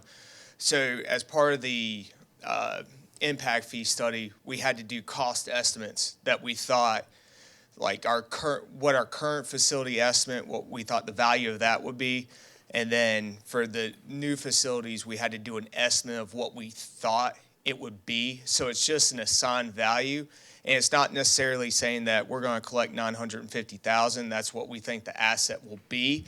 And it helps create the actual impact fee through that. Because as Charlie mentioned, it's a balance between, you know, not putting the entire debt on future growth, but, you know, helping pay for its cost, if that further clarifies that. It does. I'm just following what you had said earlier, that there's a certain percentage impact fee gets collected. There's a impact fee study that's been done. There's a certain list of items that have been, or projects that have been identified as what that impact fee is going to help fund. And there's a certain percentage of those dollars that is allocated to each one of these projects. So not only new, but existing is the upkeep of those facilities too that can be put towards the impact fees, like the current pickleball and stuff. That was calculated not only what future courts will look like, but the continued upkeep on all those facilities. Basically, inventory is what you're looking at, between an inventory and what you think the future I'm saying facilities 1.2 million calculated towards pickleball, so I'm thinking it's That gonna be was jumping part all over of that. the whole big picture. If you're gonna blow it out with this massive facility and the parking and things of that sort, that's the cost to play the game. Let's do it. And I'm in. Let's go. so, you know, 1.2. obviously there's assumptions based in it, but with the information we had at that time, that's what we shot for. Yeah, I think it's really good to, because we didn't know, right? It would be really good to have an idea of how much of this has actually been collected and where it's been spent, and how much of it is still sitting in an account somewhere, so that we can understand when something comes up that is being added to our budget and we're being asked to, you know, to fund something, that we can understand what we should expect has already been funded of that ask, because it's sitting somewhere. Which is exactly what we did when we did the police station. And it's what we did when we did Catawba Park. Right now, we're not spending money on the composting facility. If we do it out at the chipping yard, the money we're spending is really in staff time. It's not an actual paying bills or things like that, right? What we're doing, what was planned for out here, we're not hitting those impact fees or needing those fees to be able to have this site ready to go, whether it's here or whether it's to go to the wood chipping facility. But yeah, as we look to bring forth projects that are going to be funded by impact fees, every time I've ever presented anything like that to council, here's what it'll look like, here's what it'll cost, and here's how we pay for it. Well, in that workshop that you mentioned, where prior council was made aware of this, that $750,000 was written on there in that presentation. We are doing a mulching facility or a compost facility, and it's a $750,000. And right next to it was the storage facility that you wanted to build. That was, I don't have it in my head, but it had a specified amount to it. But now you're saying that there is no cost? No, not right now, there's not a cost, okay? So the estimate at the time was that the equipment we would need in order to maintain and turn the leaves and create the compost was about $700,000, okay? Now, in conversations with Tim, we can do it with a loader, it's just not as efficient, but we're not asking for council to fund $700,000, $500,000 on this piece of equipment, okay? It's not budgeted for this year, and we're not at that point for next year's budget conversations, to where I don't even know that it'll be in next year's, a request for next year, okay? Because we literally just started collecting those impact fees, and we're gonna continue to collect those impact fees until we're complete or hit build out, but there's not a pressing need for those funds at this particular time. But the impact fees that we're talking about were only specific to Windhaven impact fees. This was a... The 400, no. The 400,000 is specific to Windhaven and going towards the park. That's a PDD fee. On top of the PDD fee, you have impact fees that are being collected, just like they are in Windell Woods, in River Falls, and the like. So it's two different banks of money. Was there two different impact fees that were charged to Windhaven? You have an impact fee, And, then you have a PDD fee. okay, so That was think of it as a FILO, a fee in lieu. Okay, so instead of building an extra amenity, they gave cash. Okay, so you've got a PDD fee, which is the the 400,000. 400,000, right. But every time Lennar comes in and requests permits, they're also paying an impact fee. So Windhaven wasn't approved with an impact fee, and then the county and then there was a separate impact fee that was passed, and they had two The county different doesn't have impact- anything to do with it. I'm sorry, not the county, but once the impact fees were approved, Windhaven didn't have a separate, that was, you're saying that was the PDD, it was not a separate impact fee. So they had the PDD fee, Right. and then we created impact fees. Okay. And then they started building houses. gotcha. They still have to pay the PDD fee per house per plat. Right. And they have, at the time of permitting, the builder has to pay the impact fee. Right. The impact fee is not specific to Windhaven, okay? The PDD fees are, Okay, okay? So the impact fees that are being generated, whether it's from Windhaven or Windell Woods or River Falls or eventually Main Street or Lakewood, I think they're calling it. Lakewood. Those impact fees, the public works portion can go towards the equipment necessary to run this site, regardless of where this site is, whether it's at the chipping yard or if it's in Windhaven. The impact fees don't have anything to do with Windhaven. okay. What, in the past, all the leaves were collected and taken to the right-of-way behind the police station? Is that what I understand? We did that for a while, and then over Then the that past got couple of years, full. we've been mixing it in with the brush and just putting it at the chipping site. Okay. It is it requires a lot of extra work from staff as far as mixing and running that through the tub grinders and things like that, where we generate the actual mulch.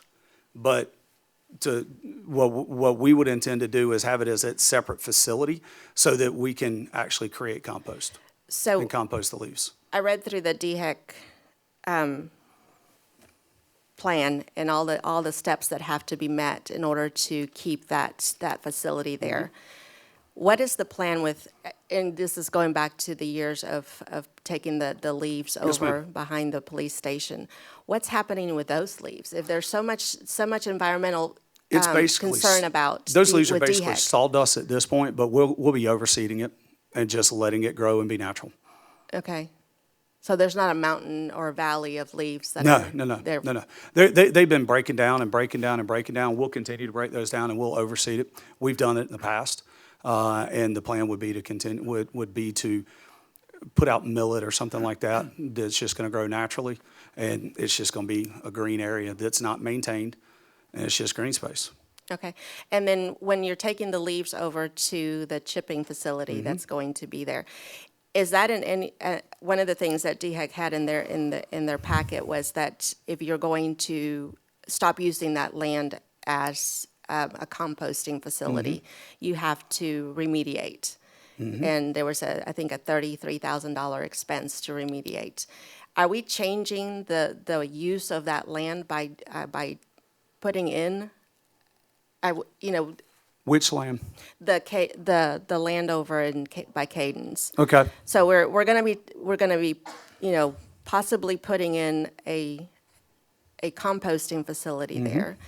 That land is not cellulose landfill. So Correct. are we going to be changing that land structure by putting in those leaves that we're gonna have to remediate $33,000 or $30,000 worth if we ever take that out? I mean, at some point, if we decide to not use it, yeah, we'll have to close it out following the DHEC protocols, 100%. But if we close it out and we have nowhere to take leaves, then we're going to need to sell the leaf trucks and stop doing loose leaf collection. And does that mean taking it to York? If we've got to start hauling all the way over to the York County landfill, I'm going to need about 10 extra trucks and probably 10 extra employees. Okay. Because that will be extremely time-consuming. Just in conversations with PD, they arrest a DUI at 10 o'clock at night. It's 45 minutes. And the Moss Justice Center is right there by the landfill. All right, so I mean, it's a haul, and we wouldn't be doing it at night. We'd be doing it with all the traffic on Celanese. I'm not suggesting that we should. I just knew somebody would ask the question. Yeah, I mean, there is a cellulose landfill that the county owns. It's out there with right next to the regular C&D landfill. It is a haul. I mean, it is an extremely far. It wouldn't make sense economically to continue doing those operations if we had to go to the county, just based on where their facility is set up. Real quick, I just wanted to jump in. So I just want to reiterate what Brian said, and I think we've all kind of said that, given the impact of this and the fact that this was designated a park for the residents, I understand staff's rationale with looking at the topography that back section of the park probably not going to be developed as a park because of the hills. So I understand why staff looked at that. But given the concerns and the selling point and the property values, me personally, I just want to go on record and say that, I would prefer it stays over the chipping yard. Okay. Follow up to that, though, is the park itself. Is there a timeline for that? When Windhaven's getting pretty built out. I mean, is it? There's not a set schedule that's defined in the PDD that we're held under. Okay. We are collecting the funds. We haven't collected all the funds. When Windhaven first began, the conversations were being had both with council and with staff at that particular time. And this dates back to, I believe, former Mayor Shepherd's time on council is how far back this goes, was let's let Windhaven get built, and then let's get input from them as to what the park space should be. And then that conversation changed into, well, the school district's going to use it, and they're going to give us access to the ball fields and the football stadium and the track. And then the school district left, and it was like, okay, showed us the report, and it's like, oh, crap, there's not a whole lot we can do with that area. So still want to get the input from Windhaven when that time is right and present them with some options that fit within the parameters of within the funding that we're receiving from it. Hey, we can, with the 400, and honestly, it may be 450. 400 was the minimum in case they ended up losing lots because of topography or unsuitable soil and things like that. So if you take the 1,500 times the number of homes and it didn't reach the 400,000, at the final plat, they got to make it whole up to the 400,000. Lennar does. So our plan wasn't really to mess with anything until we had gotten the final plat, which, I mean, we could be months away from that at the rate that they're going. And then, okay, what's the design? What are some options that would fit within these parameters with the soil conditions and the site conditions and things like that? And then go into Windhaven community with here are some options. Which ones do y'all like? Give us some input. Yes. But again, having this conversation, at the end of the day, I don't want anybody from Windhaven or the like walking away saying, well, there's 25 acres and all 25 acres is going to be a park. Turner's 10 acres, and that includes the valley and the woods down below. Okay, so I mean, just to give you kind of a reference, right? Mm-hmm. And when you look at the topography, you look at the soil conditions and things like that, and the slopes and the grading, without a sizable investment from the city, we're not going to be able to use that entire 25 acres. Now, a chunk of it could just be green space, right? Woods, natural area. Doesn't mean the public can't walk back through there and enjoy themselves if that's what they want to do. But kind of envision that park space being, I'll call it this side of the power lines, if you will, to where it's a little more visible, user-friendly, walkability, and keeping our costs down as far as being able to maximize the dollars going into it. And then just one last thing I would ask. I know our last workshop last February that there was didn't remember it, but you showed us there was a slide in the 6-hour proceedings of a small landfill, not landfill, mulching facility. I would just ask in the future, a lot of those workshops are just not pie in the sky, but planning, talking, and it's lot of hard information. in a 6-hour session to take away every single potential decision. So, and it's one thing if it's, hey, we're gonna, you know, our plan is to redo some sidewalks over by Rundy. I mean, okay, but something of this magnitude, potential magnitude, and I'm not saying this is a bad thing. I'm just saying if it's a large new municipal facility, just keep us in the loop ahead of time because we really Yes, sir. got blindsided by this, and so it's hard holding the bag when you don't remember 100%. even Completely anything to understand. do with this. So that's all. Completely understand. And just, Thank you. you just led to it. Thank you, Councilman Highslip. But trying to turn this around and changing it from a landfill facility, but going off, and we're pretty good at doing surveys now. We've done a couple surveys recently, to put out a survey for the Windhaven or people that are going to move into River Falls about the potential park facility or recreational property and what they want, and just change the narrative and focus on the positive on that. What if we just went and sat in on an HOA meeting and? Well, our plan let was them to do that as contact council their folks HOA instead of management doing a company survey? and invite everybody Okay. to the. Hey, I love it. Let's do it the Whatever we can old-fashioned do way. in order to We were change thinking that of a narrative. face-to-face meeting upstairs in the Glennon Center and coordinating that with their management company. But, I mean, I appreciate the face-to-face conversations more than just surveys, but sometimes you the got to use face-to-face surveys. would be really good. And face-to-face isn't a practical item, so. Absolutely. But we still have some time before we get to that point. absolutely. Yeah, for our friends here from Windhaven, you know, the biggest takeaway I think that I really want y'all to have from tonight is there was never not going to be a park, right? It's still going to be a park. And it sounds like I have a consensus from council that there will not be a composting facility there. Staff will begin to work to prep the Gardendale site to be able to do that in time for the coming leaf season. But the entire 25 acres is not going to be cleared and amenities all over it and things like that. It's just not practical, not possible. It's not- Now, Now, go ahead. oh, yeah. Just a couple things I'd like to get out on this discussion. So,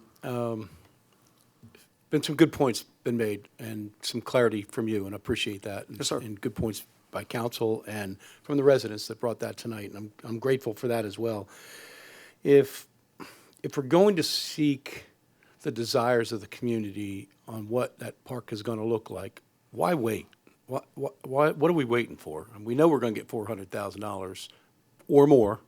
So why don't we put the wheels in motion to start having those discussions with residents and find out what they want and what we can afford, and let's get the ball rolling. Why do we have to wait for all 400 to come in? We can absolutely begin working on some potential site plans. Yeah, I mean, I think it would be a great step in the right direction to build trust with our community and Sure. a gesture of good faith.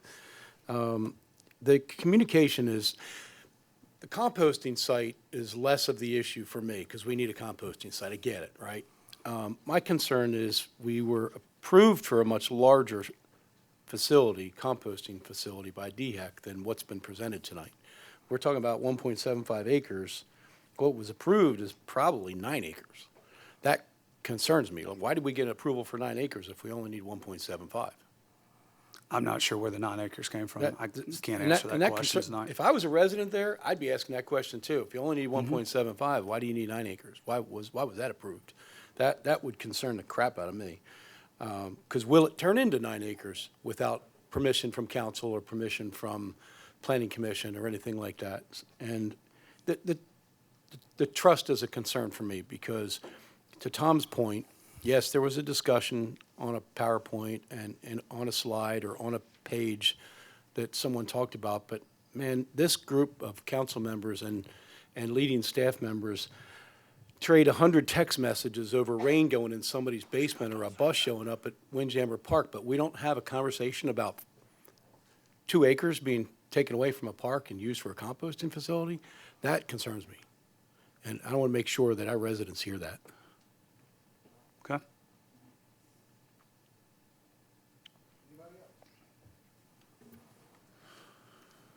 Does anybody have any further discussion on this? No. Okay. Well, Mr. City Manager, I think we got a way to go. All right. Can, just for clarity's sake, can I have would council entertain doing a motion? So I would entertain a motion to move the composting facility from the Windhaven community to the chipping facility on Gardendale. You got it? I'll second that motion. Or can I? What, Go ahead, you make the You can motion, first. Carmen. I thought he made the whole thing. So I made the motion. You can? Yeah. Okay. And Carmen seconds it? So the mayor's down for the motion and Ms. Miller is second. Okay. Is that makes it a what? lot easier than repeating what he said. Aye. That works. Okay, all in favor? Aye. Aye. Motion passes unanimously. There you go. Democracy in action. Hey, we are efficient, buddy. Okay. This is the next order of business that we have is a consideration of a resolution to join the CATAWBA-WATEREE Water Management Group.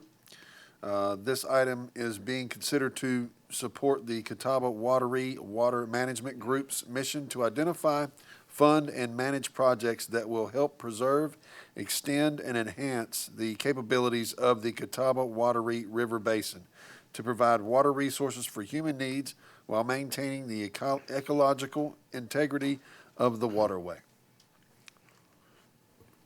Mr. Mayor, I'd like to make a motion to approve the resolution and authorize the city of Tega to join the Catawba-Wateree Water Management Group and to designate Antonio Maturo as a member representative with Sheldon Russell as the alternate for the city of Tega. I have a motion. Do I have a second? Second. Do we have any discussion?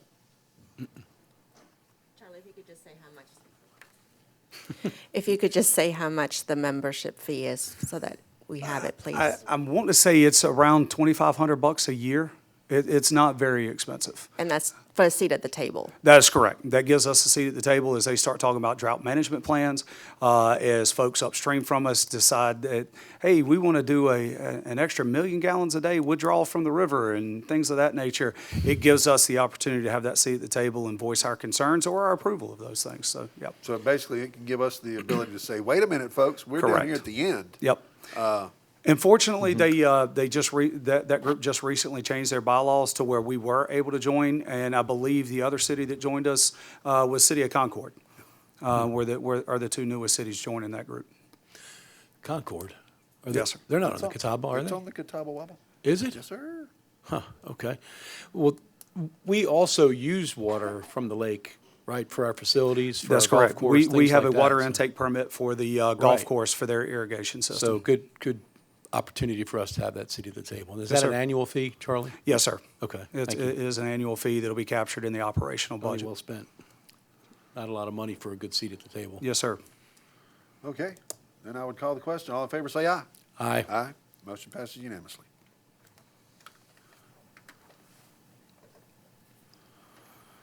Okay. Our next item is the discussion of Window Woods amenity area. This item is being considered as a result of the city identifying that the current PDD standards for Window Woods would need to be amended to allow for the proposed amenities. Do I have a motion?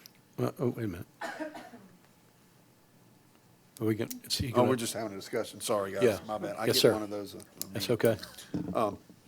So I would, if I could open the discussion up, I wanted to ask just a question or two. This is in lieu of the trail that we were requesting So to. the trail will still be constructed from Windell Woods down to the south. So this is separate from the trail. You were One referring of to the amenity areas is in lieu of the trail, and that's the larger amenity that you see on your screen here. Mayor, you're talking about the trail to the school. I'm talking about the trail to the school where all of our children can enjoy the same thing that our kids on the peninsula side enjoy to get to the school and the middle school so they can ride their bikes. Because I know when I was a kid, I used to love to ride my bike to school. I had a great time doing it, showing off my bike. Chrome, it was bad to the bone. It was great. Will you clarify for us, Nick, what part of the amenities is in lieu of that, if there's any connection there?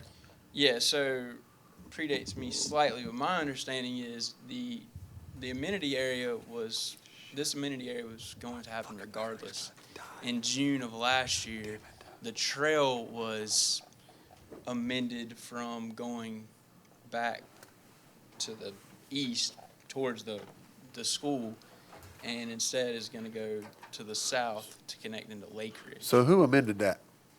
The Planning Commission. The Planning Commission Yes, amended that. correct. The amenity area was always going to. Was a But part- the trail being amended was the, right due was to the planning right Was reason the given developer, right? The topography. But that was the developer. changed Right, the that. developer asked Planning Commission per Right. our ordinance Thank you. to amend did, that. did we, you know, sometimes, and I'm sorry, I'm a construction guy, so sometimes when we go digging in one place, we hit rock. And we've got to dig in another place where we don't have rock. So we've got the topography that does not allow us to do the trail. Now, granted, I was on the US 321 job that goes through Blowing Rock. So we could talk topography. I mean, we went through solid granite. But with that, you have to find other areas in order to be able to make things work. Did we ask the developer to maybe do an alternate plan, like right beside Charlie and I've been talking, right beside the chipping facility? It's a more flat lay of the land there. Did we Yes. offer that up to him? Right, so to give a little more detail, you know, on the original design, there was a severe steep slope, and there was also, it also goes over some Duke Energy property. Yep. And there's also a sliver of land between the school property and Shay's property. So all those things combined, so instead of going back, and then you're also, you know, the school would have to connect on their side. There's a creek down there, so just a couple of different factors. But instead of doing that, there's a loop around a, can't see it in this image, but around a stormwater pond, and then it connects into the park there, or the amenity area, I should say, and then goes south. But nothing to the school. Along Gardendale. Correct. Right. Because basically there was really only one path to the school given the limited area and the way the properties are angled. Hard to describe without seeing like GIS, but. Well, I would like to go on record as saying, if it doesn't happen with this one, it's going to happen with one of them. Because our children on that side of TGK need to enjoy the same amenities, the same thing that our kids on this side of TGK enjoy. And that's being able to walk to school. Moms, dads, I really enjoy the walk, bike, run to school that we do with Chief Crosby. And I'm sorry to give you more work there, Chief, but you know, I'd love to have another activity like that on the other side of town so that those folks can enjoy the same kind of lifestyle that we do over here.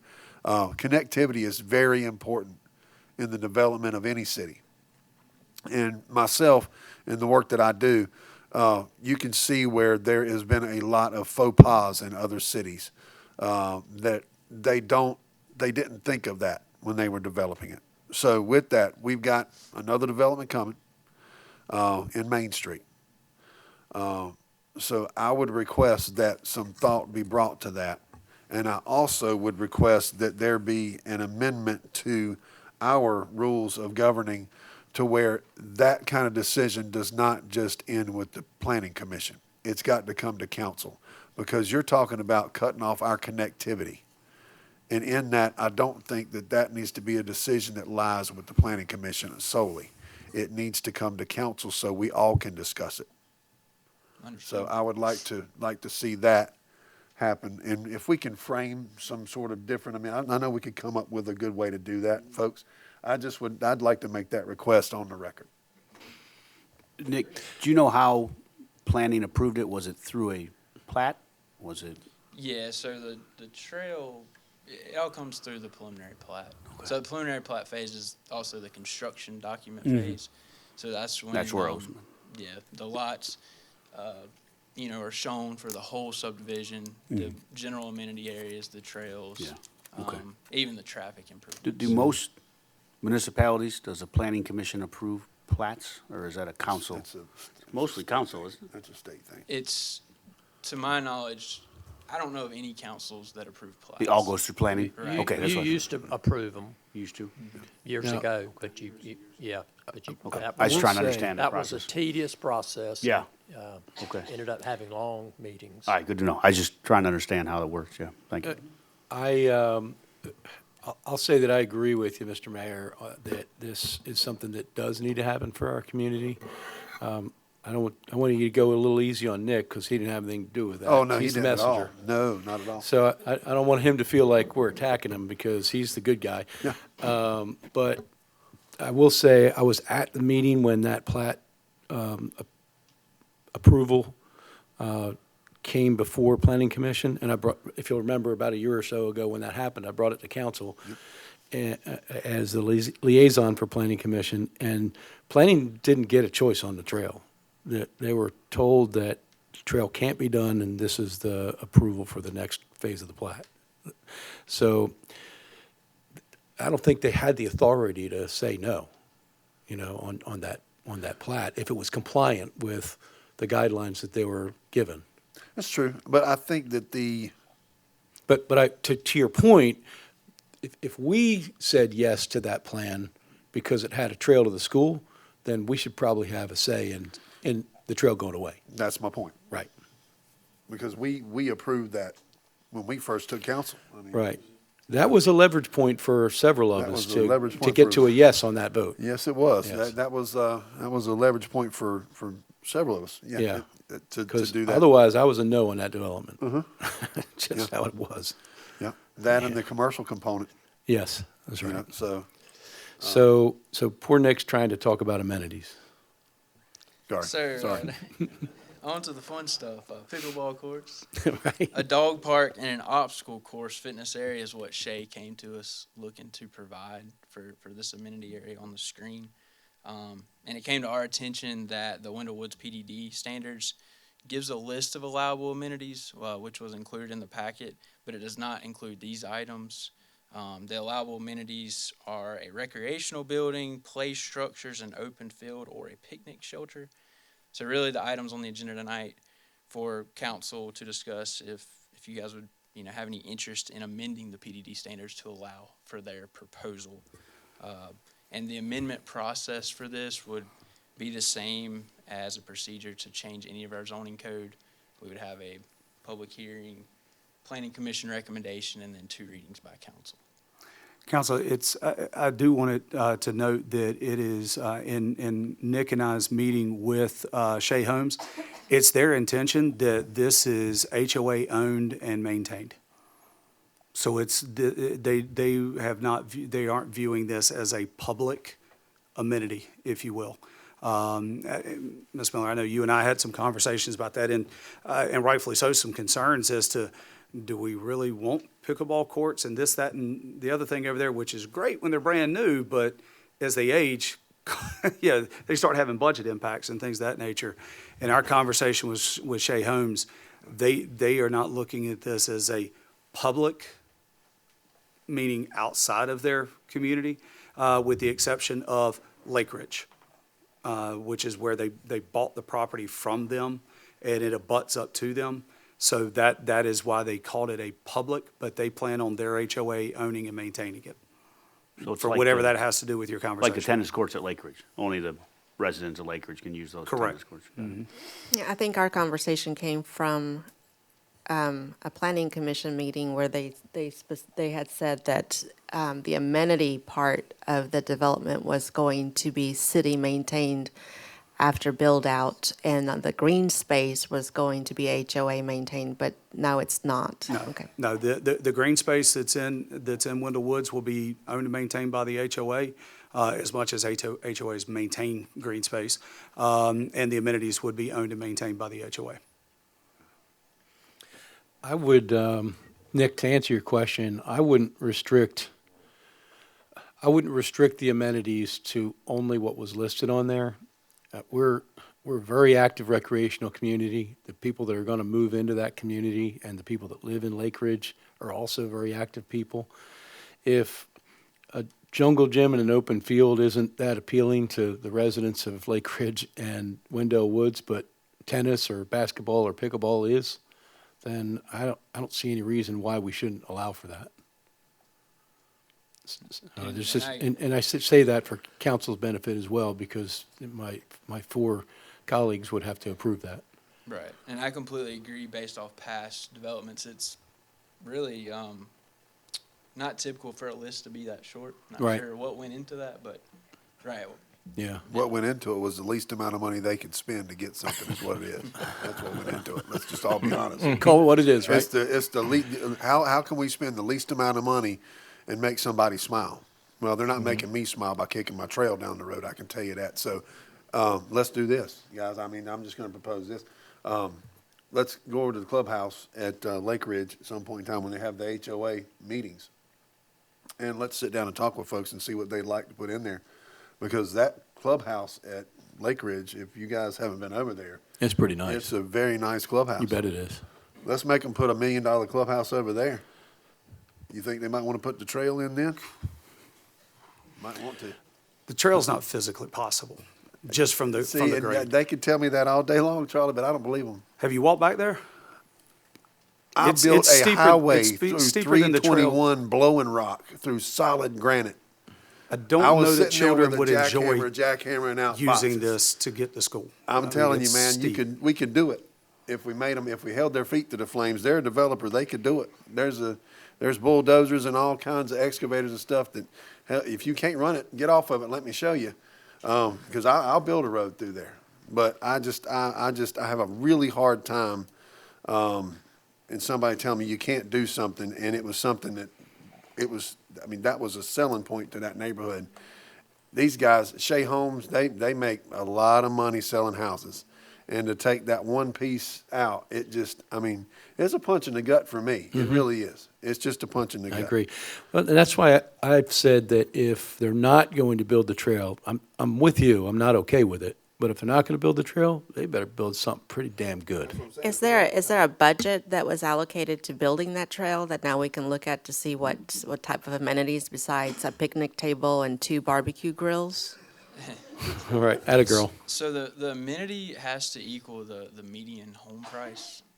So they do have to at least match 6 or 700,000 in that ballpark. That's a lot of barbecue.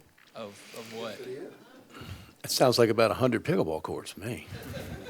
And part of that was a dog park as well, right? Yeah, and I do want to iterate that this is a proposal. Okay. So Because we've had a lookout, there was a dog park, and I can't remember the specifics, but I'm pretty sure we moved it because people didn't like it around their community. Yeah, nobody and then wants it it in moved the on community. New Gray Rock Road, and that's gone now too. So if you try and put something over there, I'm not sure that people are going to want that. So I would try and not include that in the amendment or the proposal that they have. yeah, that can absolutely be a consideration if maybe 1 or 2 of these, but not the other. Mhm. Well, Nick, if you'd like, I'd volunteer myself up to go to the HOA meeting and just listen to folks as to what their proposals might be and what they'd like to have. So there's not an HOA for Wendell Woods yet. There's one at Lake Ridge. But Lake Ridge this isn't Lake Ridge property, and Lake Ridge isn't funding it. I know, but I'm. So why would, I'm trying to understand why we're meeting with Lake Ridge on this at all. Didn't we hear that they'd have access to They the would be able to amenities? use it, Right. right? That's why they're calling it public, and it's this one specific one that abuts to Lake Ridge, but you don't have any fees coming from Lake Well, Ridge. I'm just saying to- that's a place that we could all meet. The clubhouse at Lake Ridge, we could all meet. The HOA, we can have residents come over from the HOA, have folks come in from Cadence, and some Shea representatives, and see I see get what your folks point, but might none of want.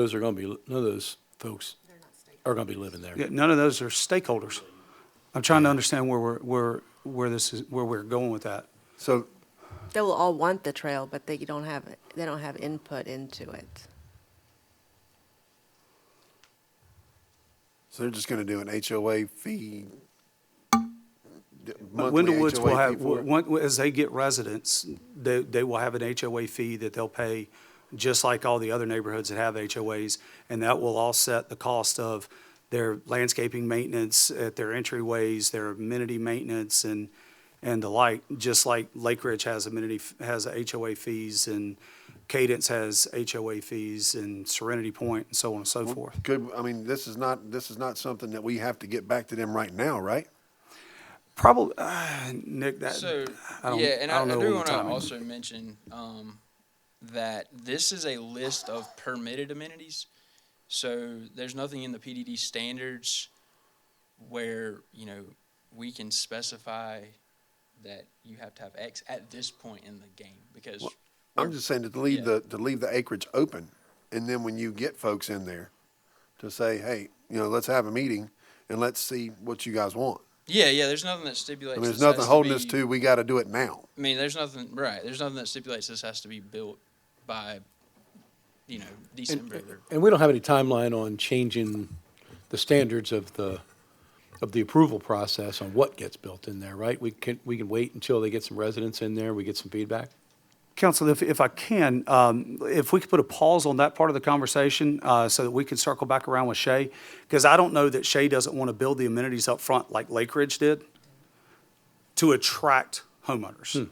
Well, right? when they built Lake Ridge, though, Drake built that clubhouse thinking he's going to have $1 million to $3 million houses in there. Well, technically, he built it because he the lost all his builders during that's when then everything economy tanked. bust. So he was trying. They did it to attract because Toll Brothers had left. I want to say it was Mercedes Homes or somebody. There was another builder that ended up being D.R. Horton, and then you had True Homes and things of that. But Drake went ahead and made that investment to attract builders to come start buying their lots, whereas here, Shay already owns all the lots, right? So they're going to be trying to attract people to buy the houses and things like that, which obviously in this area, they're not going to have a hard time to do. I just don't know what Shay Homes' timing as far as when they want to actually install the amenities. I think it's a fair suggestion that you We may need to ask them. circle back with them and see what their timeline is. Well, on that subject, if you're going to be amending that PDD, you might consider an amendment that contains a timeline for the completion of the amenities, because what happens many times, I'm not saying it should happen with Shay, they finish up, they're out of here, no amenity, and what recourse do you have? Ms. Miller, I bet you saw that plenty of times, and when the collapse of, I saw it numerous times, they're gone, no amenity, what are you going to do about it? So think about some either timelines or build-out percentages that you might want if you're going through the amendment. Right now, I don't see it in there. So when we you might want to consider it. It's a good suggestion, Bob. When we typically approve a secured line of credit for a builder, is that something that we could do in this case, that we could require them to take out a line of credit that would hold them accountable for the amenities? We could probably do another surety agreement with the LOC on it, but That's something, that's for approval of final plat. I envision well, if they're in agreement, and that's the key, they may just say, we'll stick with our current PDD.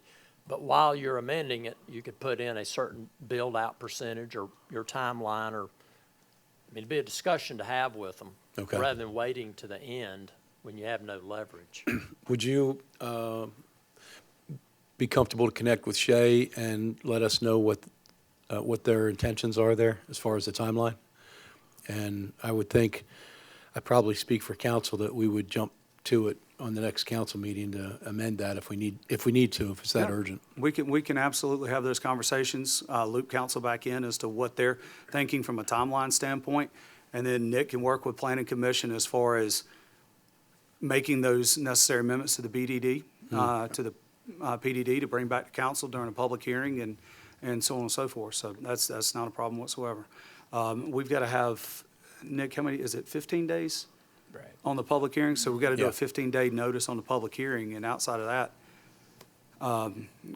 go as quickly as what council wants to go. So that puts you guys on the mark that you probably need to have that conversation with them within the next 15 days. 100%. Yes, sir. Okay. Yeah, that's not a problem. All right. All right. We got anything else? What else you got, Nick? Did we sidetrack you enough? That's all.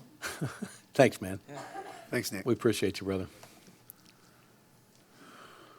Okay. That'll bring us to our next item of business, introduction and first reading of an ordinance amending the fiscal year 2023-2024 budgets as it relates to the Parks and Recreation fee schedule. At Mayor Pro Temp's Miller request, council is considering increasing the fee for non-resident parking decals. At the recommendation of staff, the other proposed change to the fee schedule includes changing a non-York County resident fee for recreation participants, as those participants do not pay for the York County recreation tax like other participants do. This fee would only apply to the participants who do not live in York County. Do I have a motion?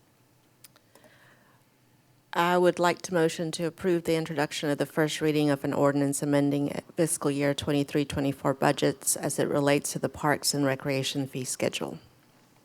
Second. I have a motion and a second. Do we have discussion? Yeah, can we just, for the benefit of the public, can we just talk about what those fees look like? Sorry, Charlie, that was directed at you. I apologize. No, you're all good, all good. So Thank you. currently, and has been for quite some time, for for non-residents to get a parking decal, it's been $100.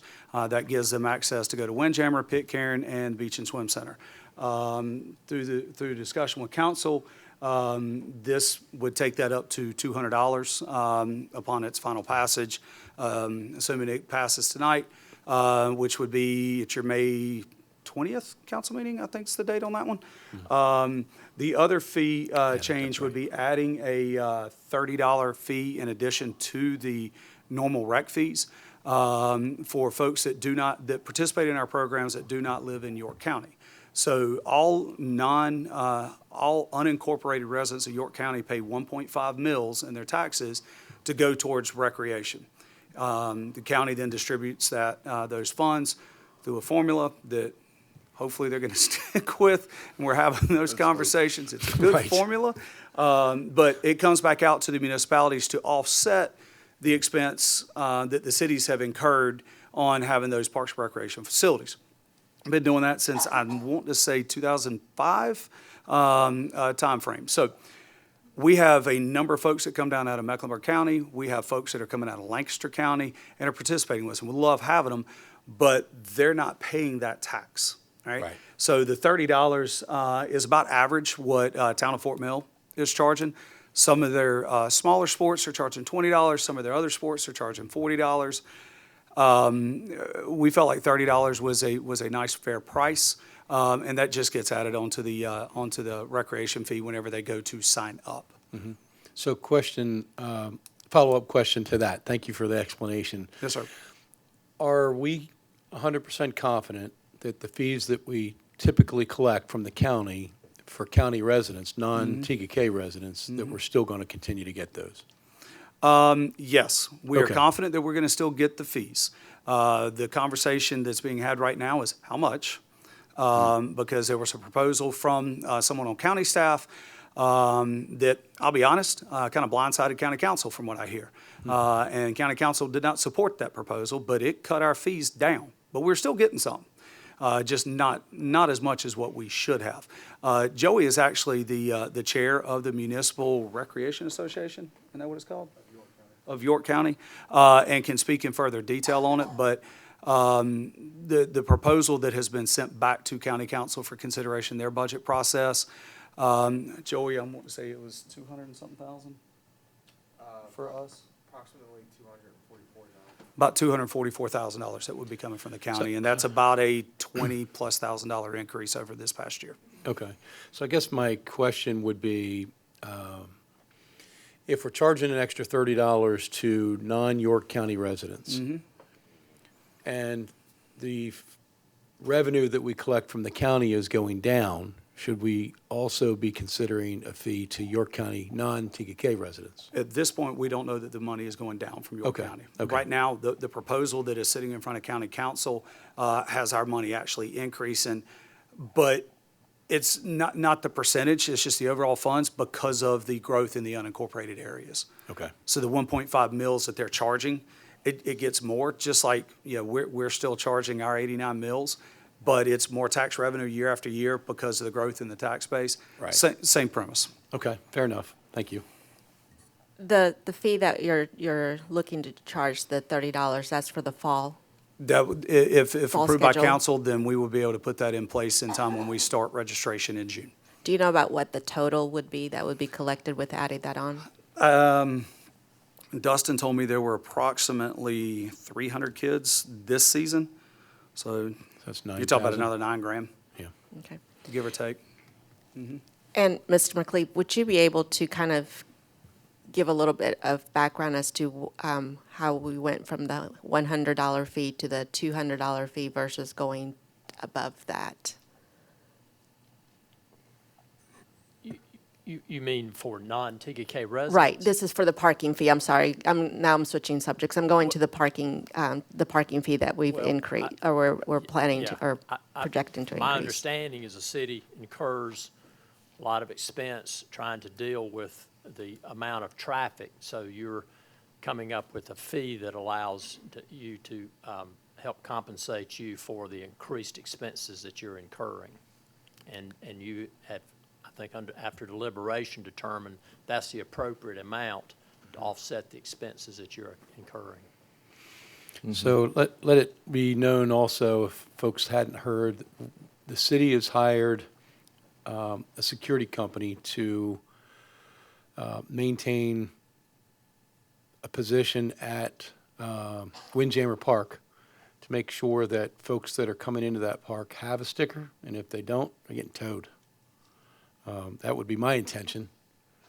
I don't drive the tow truck, and I'm not the only one that decides that, but I don't want anybody parked there that doesn't belong there. So, but there is a cost associated with having someone there monitoring the park. And that cost, as I understand, would somewhat be offset by the cost of the parking fees? Correct. Okay, thank you. I mean, it was something, we had budgeted for park attendants, but instead of Right. trying to hire someone, which was a futile effort last year. Right. Wasn't much better the year before. Right. I think it's Show Pros, Yes. I believe is the company.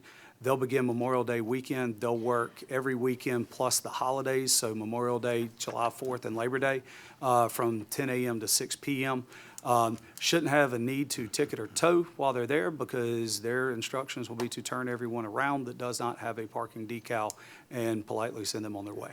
Would it be possible to start them sooner since we've had a bus full of dance team Georgia girls that found us on Google?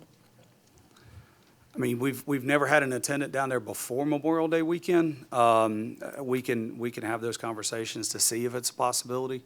Right now for Memorial Day weekend to Labor Day weekend, I believe it's about a $7,000 expense. We can have those conversations with them to see. I mean, I think the bus is a fluke one-off thing. Considering it was a dance team from Georgia, I doubt they'll be back. But They won't. understand the point. I mean, I can have Dustin have that conversation with them. You know what happens when you're on Google. What that If you take the expense bus is. out of the discussion, it was a pretty packed weekend down there. And I was down there at a friend's house for dinner last night, and I walked through the parking lot at sunset, and there was, I think I videotaped 9 cars with their vehicle identification numbers and license plates that did not have stickers. And fortunately, every single one of them came and asked me what I was doing, and they were all polite, and they all got in their cars and left. And half of them were leaving as the police officers were showing up, and we had 2 police cars that were there last night. So folks that think our police officers don't go down there, I saw 2 of them last night. So thank you for that. And they probably a whole lot more important things they could have been doing, but they responded to that, and they were great. And the folks that we asked to leave left, but they'll be back if we don't monitor it. Charlie, getting back to the $30 fee, what, do you have an idea of what a 1.5 mil, the average 1.5 mil payment is in York County? It's going to vary so much just because of the assessed value of the homes. I don't even know how the county would even begin to calculate that. I mean, if you took an average, if you took a $200,000 house, any idea what a mill would be? Is that $122? Is it? I'm just trying to understand. The reason I ask is $30. It seems just to throw in a dart at the board. In that these sports participants coming from out of state, most likely, why are they getting to play for $30 when the rest of York County's paying $200? It's $120. 120? On a $200,000 house? Yeah. It's $120. Okay. But, you know, when you're thinking about unincorporated York County, you've also probably got, what is the proper term for the manufactured homes? Yeah. That are probably only 80 to 100,000. Okay, so it's $60. Yeah, I mean, so. So I guess my point is, should we be at least, people that don't even live in York County, most of them would be coming from Mecklenburg County. It has a huge Parks and Recs program, and now we're subsidizing their people to play in our sports leagues. Mecklenburg County does not have a huge Parks and Rec program. Okay. They have more private athletic associations. That's right. Mecklenburg County owns parks. They rent out some ball fields, but like Still Creek Athletic Association, they own those facilities. And they do the programming. So it sounds like the problem is- Matthews, Mara, things like that. That Mecklenburg County doesn't provide sports leagues to the residents, and now we got to subsidize it. My point being, $30 is cheap. yeah, if we're going to do It's it, really let's cheap. make it equitable in that Right. they should pay what a similar cost as a non-TKK resident pays that lives in the county, whether it's $100, $200. I would ask that we study that and potentially change that fee to make it fair to the South Carolina residents of York County who are paying that millage in order to be able to play in our leagues at the same price. They could just put down an address at Charlotte and pay it for 30. What if we just reach Well, no, out? it's not that they would just pay for 30. It would be the registration fee plus the $30 on top of that. So if it costs, if they're signed up for a sport that costs $95, it's 95 plus the 30. Right, but the York County kids are paying the registration fee plus 1.5 mils, which is a lot more than $30. Right. That's my point. That's a good point. That's a great point. So does council want to entertain a different fee? You can include it in your motion Well, or amend I your think it should motion. be, we should research it, or at least it should be an educated guess, for lack of a better term. I don't want to just throw out a number here without, Right. I agree. you know. I mean, I we mean, it researched might be what Fort 100, it Mill might was doing and be came up 50, with- it might be 200. We don't know, Yeah. right? So if a couple smart people here could probably come up with a pretty accurate average. You know, I mean, on a $200,000 home, you're saying it's $120, did I hear? Is that 120. accurate? Yes. What's How- the average price of a home in our surrounding areas, not in York County? Got to be More than that. 400. Why don't, How did you come up with the $30, Charlie? We looked at what town of Fort Mill was charging as their out-of-county fee. They charged 20 for softball. Most of them they're charging, and then others they're charging, I'm not going to say most, but others they're charging 40. So we went in the middle and went with the average and came up with 30, just based on what town of Fort Mill is charging. And that's where, so we didn't just throw something against the wall and say, hey, $30 looks good. It was, okay, what are our neighbors across the interstate charging? And going with that. Joey, if we made it 70, do you think that would have a big impact on registrations? That'd be more of a Dustin question. Yeah. Come on, man. You got as much experience in that role as he does. I mean, I would throw out there that I would be comfortable with 60 if we doubled it, because if a household has more than one child in it, right? Yeah. The millage, it would dilute it. That's right. I don't like our residents. We already subsidize the surrounding areas with the only waterfront park. We have the largest sports programs in the area because of the best programs. And then what Dustin sent us, our soccer went from 2,000 to 3,000 in the last 3 years. It's just, at some point, why does TKK got to keep funding other people's sports and rec? And so I'm throwing out there $60. I'm okay with it. Do you want to make a motion to amend the? We got to rescind the old ones, right? No. You can amend it. Oh, well, we haven't agreed to that. We haven't agreed to that yet. Right. Yeah. That's later on. All right, so who made the motion? Carmen. And who second? So you got to withdraw your second. I withdraw my second. Withdraw your motion. So I withdraw the motion. Do you want to make the motion? You want me to make it? Go ahead, please. I'd like to make a motion to approve the introduction and first reading of an ordinance amending the FY 23-24 budgets as it relates to park and recreation fee schedule and amending the out-of-county fee to $60.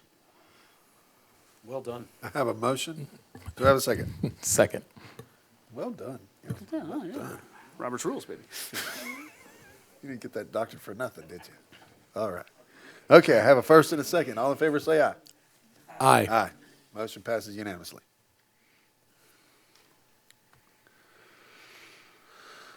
Okay, our next is consideration of a resolution requesting the South Carolina Department of Transportation review school safety measures. This item is being considered at my request and to advocate for the safety, security, and well-being of not only the students and employees of the school, but also the community as a whole. Little backstory? Little backstory on Yes, that. sir. A few weeks ago, we had a tragedy occur in our community. We had one of our crossing guards killed in the line of duty. Anybody that is killed on our roadways, I take a special, it hits me differently than everybody else because of what I do for a living, installing traffic signals and building roads. I've had that happen, and it hits home to me with people. So anything that I can do for our community to make it safer for our pedestrians, to make it safer for our traveling public, to make it safer for just people in general, I've kind of made that my life's mission. So this also came as a request from our folks to unite with those folks and stand for DOT to start doing their job. SCDOT does a pretty decent job of building new roads. They do a pretty decent job in maintaining the roads. They do a terrible job in promoting pedestrian safety. It takes just a little ride over to Fort Mill High School or to Gold Hill Elementary or Gold Hill Middle School to see that they don't have anything in place to protect our folks and our kids. It took me 5 years to get a traffic signal approved and done at New Gray Rock and Sutton Road. It's taken me 2 years to fight SCDOT to even get RFBs installed in our city. And to that, they responded, they'll give us 2. Those are the flashing beacons at the crosswalk. Those are the flashing beacons Right. in front of Windjammer and in front of Catawba Park. They'll give us 2. Now, a little backstory on that. We told SCDOT that we would install, we would purchase, and we would maintain those systems. No cost to them. All we needed was a 4-inch by 4-inch square of property to put the posts that needed to support those lights. And they pushed back on us. They've been pushing back on me for 2 years. So anything that we can do to hold SCDOT's feet to the flames is what we need to do as a people and as a council. And I would appreciate everyone's support on this evening. Make the motion, Mayor. So I'd like to make a motion to request that South Carolina Department of Transportation complete a full review and all signage, signals, and other traffic control or safety measures implemented along state roads that serve all school sites and pedestrian crossings within the city limits of the city of Tega. Request that speed limits in school zones be reduced to 25 miles per hour and install the appropriate additional safety measures. Second. I have a first and a second. All in favor, say aye. Aye. Aye. Motion passes unanimously. Thank you, ladies and gentlemen. Thank Appreciate you. that. A credit and props to you, Mayor, because you've carried that torch for more than 2 years now on public safety, and I appreciate that. We're going to keep carrying. We all We'll appreciate refill it. that joker, too. Yep. But I appreciate it, Scott. Yes, sir. Okay, this is a new business, discussion of a resolution to adopt local rules of order for city council proceedings. This item is being considered at Councilmember Heislip's request. So, Councilmember Heislip, if you would, please, sir. Thank you, Mr. Mayor. We started on this at the workshop in the beginning of March, and I just wanted to follow up so it doesn't fall on the radar and try to get something implemented. I emailed everybody 3 proposals that I have for local rules to amend the current local rules. The first being setting the council meeting agenda. I know we were looking into the state laws and who does it or however it works, and the idea I came up with, and we talked about it a little bit, was just 2 council members agree to add something to a meeting, to an agenda. It can be any 2 council members. So Brian has an idea, I want to add this agenda, and I think, yeah, it's a good idea, it's on the agenda. And anybody can do that. And having 2 council members do that, it's a litmus test, right? Instead of one person just saying, I want to add XYZ to the agenda, and it just shows up, and then we're all going, wait, what the heck is this? I don't want to talk about this. I don't want to vote on this. And so that's the first one. The second one is what we just went through with amending a motion. I would like to add the ability to amend a motion. So that's outside of Robert's rules. Be a local rule where, in the instance we just had, instead of having to withdraw the second, withdraw the first, I could have said, I would like to amend the existing motion to change the fee to $60. We vote on it. If that passes, then we vote on the overall motion with that amendment included. And the final one is a tabling motion. It gives us the ability to table something. Currently, under Robert's rules, we cannot. Anyways, Bob worked with me on that. And so those are the 3 I had. If anyone else has others, I just wanted to keep the discussion going and try to get the. So with the agenda request. Yes, sir. Putting something on the agenda, so if we had 2 council members that wanted to request something to be on the agenda, as it currently stands, if we had a majority of council, which would be 3, it would have to be put on the agenda. But under FOIA laws, we can't vote, we can't have 3 people voting to do it, and it could be considered potentially an illegal vote. So if we keep it at 2, we avoid the problems with FOIA laws with 3 of us saying yes, and just 2 of us doing it. Now, 3 of us can do it in a council meeting. If 3 of us say, hey, we want that on the agenda, that's perfectly legal. Yes. Yes. But I'm talking in advance. So if we're not in an official meeting and 3 of us are talking about that, that's inappropriate and illegal, if I understand it correctly. Correct. If we're 3 together. All right, right. Yeah. Or even 3 of us. You couldn't vote by email. Having a mutual email. At that point, you've created an electronic meeting. Right. That's why when Charlie sends us emails, he says, respond back individually. Right? Correct. Yeah. So I thought at least 2, it would have some decorum of control of what's going on the agenda, because I got to convince one of you to come along with me to put this on the agenda. Right. If I can't, shouldn't be on the agenda. That's my opinion. I would agree. If you're not going to get a partner on a subject, it's probably not going going to be on there. the agenda. Yeah. So that was. Can we get Tom, like a how are you going to communicate? Let's say you want to have a motion. I mean, you want to have something on the agenda. How are you going to communicate to the others to ask them that without having? Well, I would call someone individually. Like I could call Brian and say, Brian, this issue came up. I think we should. Yeah, consider can you this get at the behind next me on meeting. it, What right? do you think? And he said, yeah, I like it. And then I would email Casey and say, Brian, I would like to add this to the agenda. That's fair, because then you can just email Casey and Charlie and copy Brian. Right. And you don't have to you include the can't be rest like, of "I us didn't for say that." consensus. Right. Make sure you talk to Brian first. Yeah. Brian, don't you remember? Traditionally, the way that it's been done is council would call the mayor and ask him if he could support something being added to the agenda. But if you guys want to if we want to disregard that tradition that's been done in TEK for years, we can do that. But I will add that there are other traditions that we have held up as council members that could have been stricken as well. So definitely. If I want lollipops distributed at the council meetings and you say no, then I'm going to Brian. If you want some lollipops, man, you better make sure that you include I like the cherry. Right. Out of respect for your position, I would probably reach out to you first. I just to say that I would probably reach out to you, Well, they give you your 2. unless I already knew you didn't want it, then I'd go somebody else. Yeah, I know. Yeah.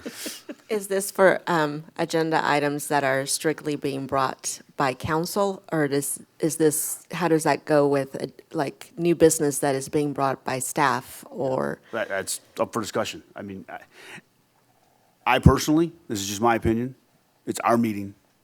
I don't think anything should be on the agenda unless two of us have said it should be on the agenda.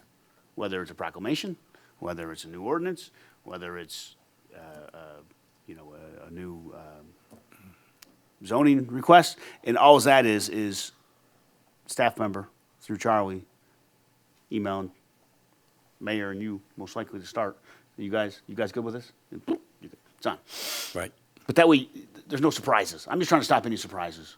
That's basically what this is. It's a chance 100%. to stop any surprises and ensure at least a minority of the council agrees it should be on the agenda. That's it. Well, then if it's something that one of us is passionate about, we have some time to communicate with our fellow council members to bring some clarity, bring the why, right? Yeah. And if you can't Why convince do I want someone, that on the agenda? you can do it in council comments. Right. Hey, There you guys, go. that's what I'm thinking about. Maybe you can convince them. That was all. That was it. As far as that goes. I like the end result of the no surprises. Yes. Because a lot of times we don't see the packet until just a couple of days before it becomes a public agenda. And sometimes we're just not quite sure that we understand what it is that we're even having to discuss. Yeah, and I'm not trying to make this burdensome on staff. It basically just gives us the opportunity as council, at least a minority of council, to dictate what's on our agenda. And I would also add to that too, like we've got here. Yeah. At your request. Yes. We put this on the Yep. agenda. Absolutely. That needs to be in an email format, and Yep. it needs to be recorded, memorialized. Yes. And it also needs to be included on the agenda as to who brought it up. Yeah, and so it's full transparency. For sure. Brian and I brought this issue, we wanted it on the agenda. And if it goes down in flames, we are left holding the bag. Right? So that's it. It's just trying to do more transparency and having some say and some control over the agenda. So I have a procedural question in regards to everything. So if we go for the tabling of the motion, and we're not going to have any discussion after that, after it's been tabled, we voted on that, the person who made the motion to table it, do they have to bring it back to? I'm trying to remember. Or can anybody? I think anyone can. I think anybody could. And then it has to pass. You got to get it.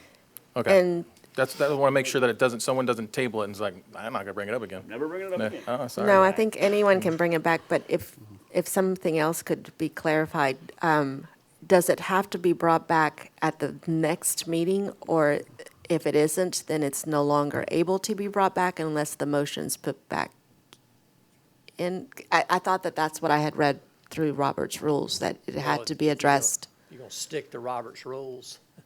If there's a no vote, it needs to be, there's a little bit of ambiguity in Robert's rules.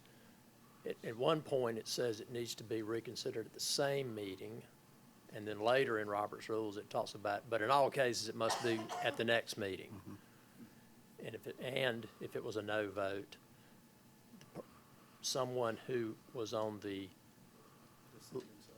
this losing side has to make the motion to bring it back up. And I think this is So why we're doing whatever this. y'all getting ready to do, I can just tell you, the devil's gonna be in the details. Yeah. Because my Robert's Rules tree is 700 pages. Yeah. So you'll have to give it a lot of thought. Yeah. Anyway. Did I answer your question, Ms. Miller? Which, I think so. yeah.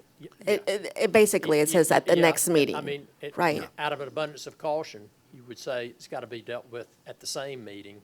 In some cases, I've seen it done at the next meeting. It seems to be allowed under Roberts. But after that, probably not. Do we have any further discussion, folks? Just what you're saying also is that when I tabled that motion, that January meeting, we were told that we had to roll it back so that we had to rescind the second, rescind the first. So we don't have to do that. Right. Is that? Yeah. That's Yeah, what like I that's the way understood that- it to be. that That it would SC just be House and Senate do it, yeah.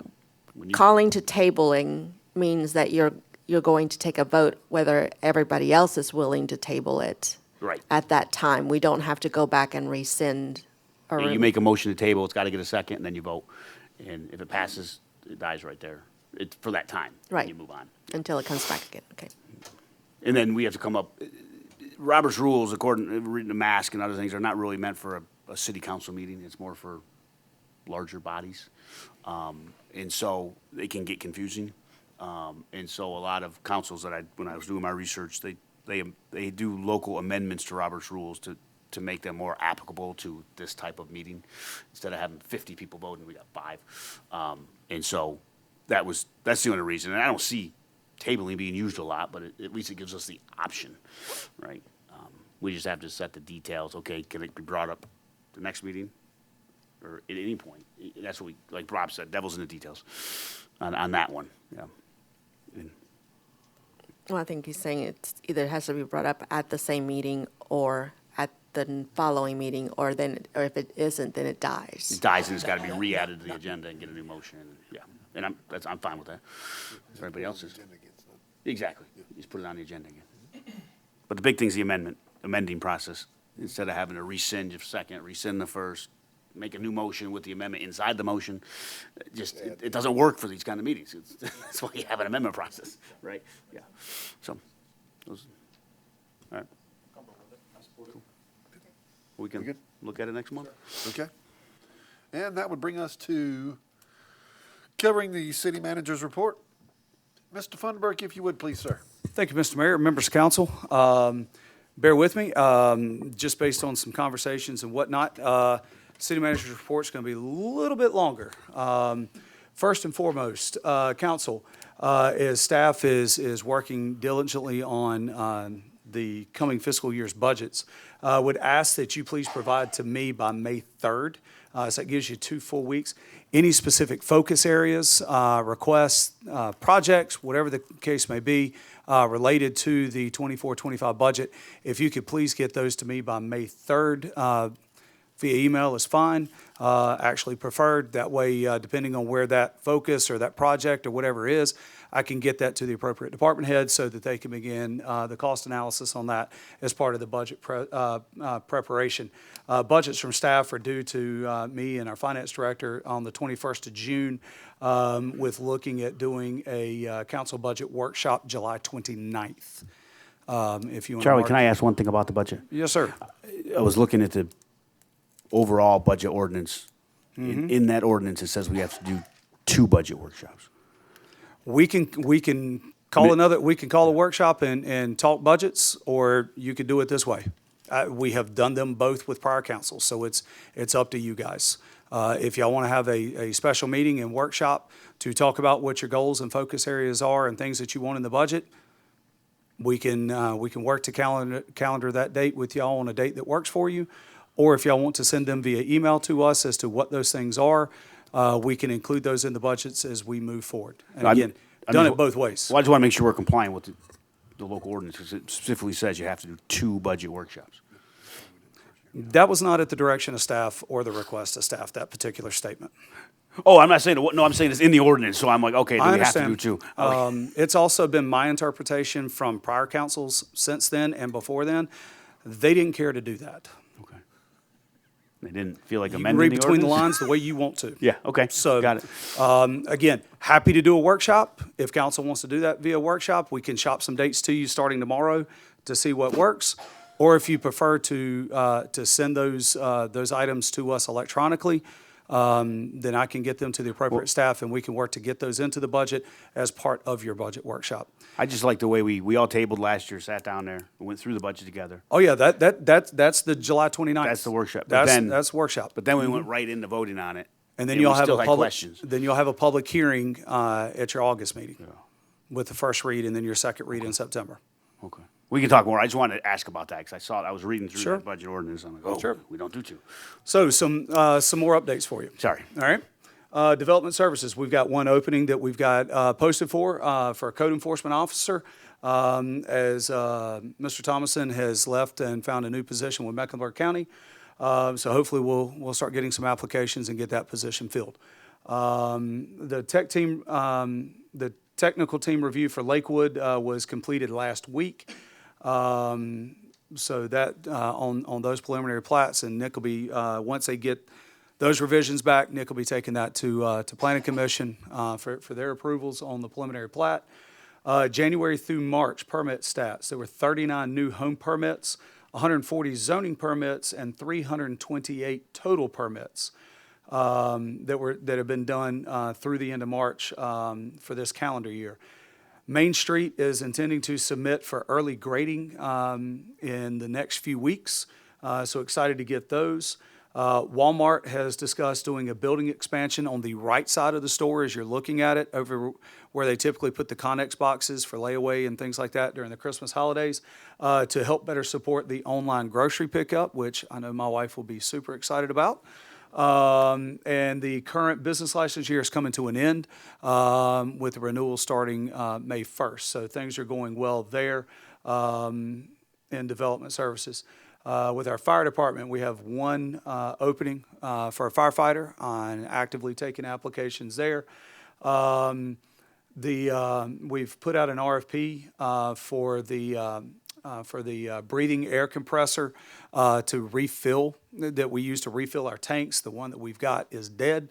Bids are due by 2 p.m. on April 26th. So be looking for that at your council meeting in May. That we'll be bringing that to y'all for hopeful approval. Hydrant flow testing is wrapping up. Rocky Point did have some low flows, but Tega was able to resolve that, so we're in good shape there, and appreciate our firefighters have been going around the city doing those hydrant testing. They're getting into hose testing and driver operator training, and some EMS and HIPAA training. I think Chief told me there's about 10,000 feet of hose, linear feet of hose that they're going to be testing here pretty soon. So, as always, our fire department is staying busy. And they've gone through the OSHA checklist on the fire department buildings, and we're in good shape there. I know Captain Broom is almost done or has started doing all the inspections and whatnot on our businesses as well. Still got to get to Walmart, but that one takes quite a bit of time to get through that one. From PD, we've got one conditional offer out there, and provided that it's accepted, PD will be 100% staffed, which is fantastic, with the exception of the 2 grant SRO positions. Still doing interviews and looking at candidates there. Have not made any offers, but hopefully we're going to get some qualified candidates that we can have in place by the next school year. Speaking of Officer Cruz, who's one of our newer officers, comes to us with a lot of experience, has recently been assigned as the SRO for Gold Hill Middle School. So she's going to shadow Officer Bowers, Sergeant Bowers, I should say, over the coming weeks, so that she can roll right into the middle school on the next school year. If you've been by PD over the past couple of weeks and you saw a ton of other law enforcement vehicles in the visitors parking lot, we've been hosting FBI LEADA training. It's leadership courses.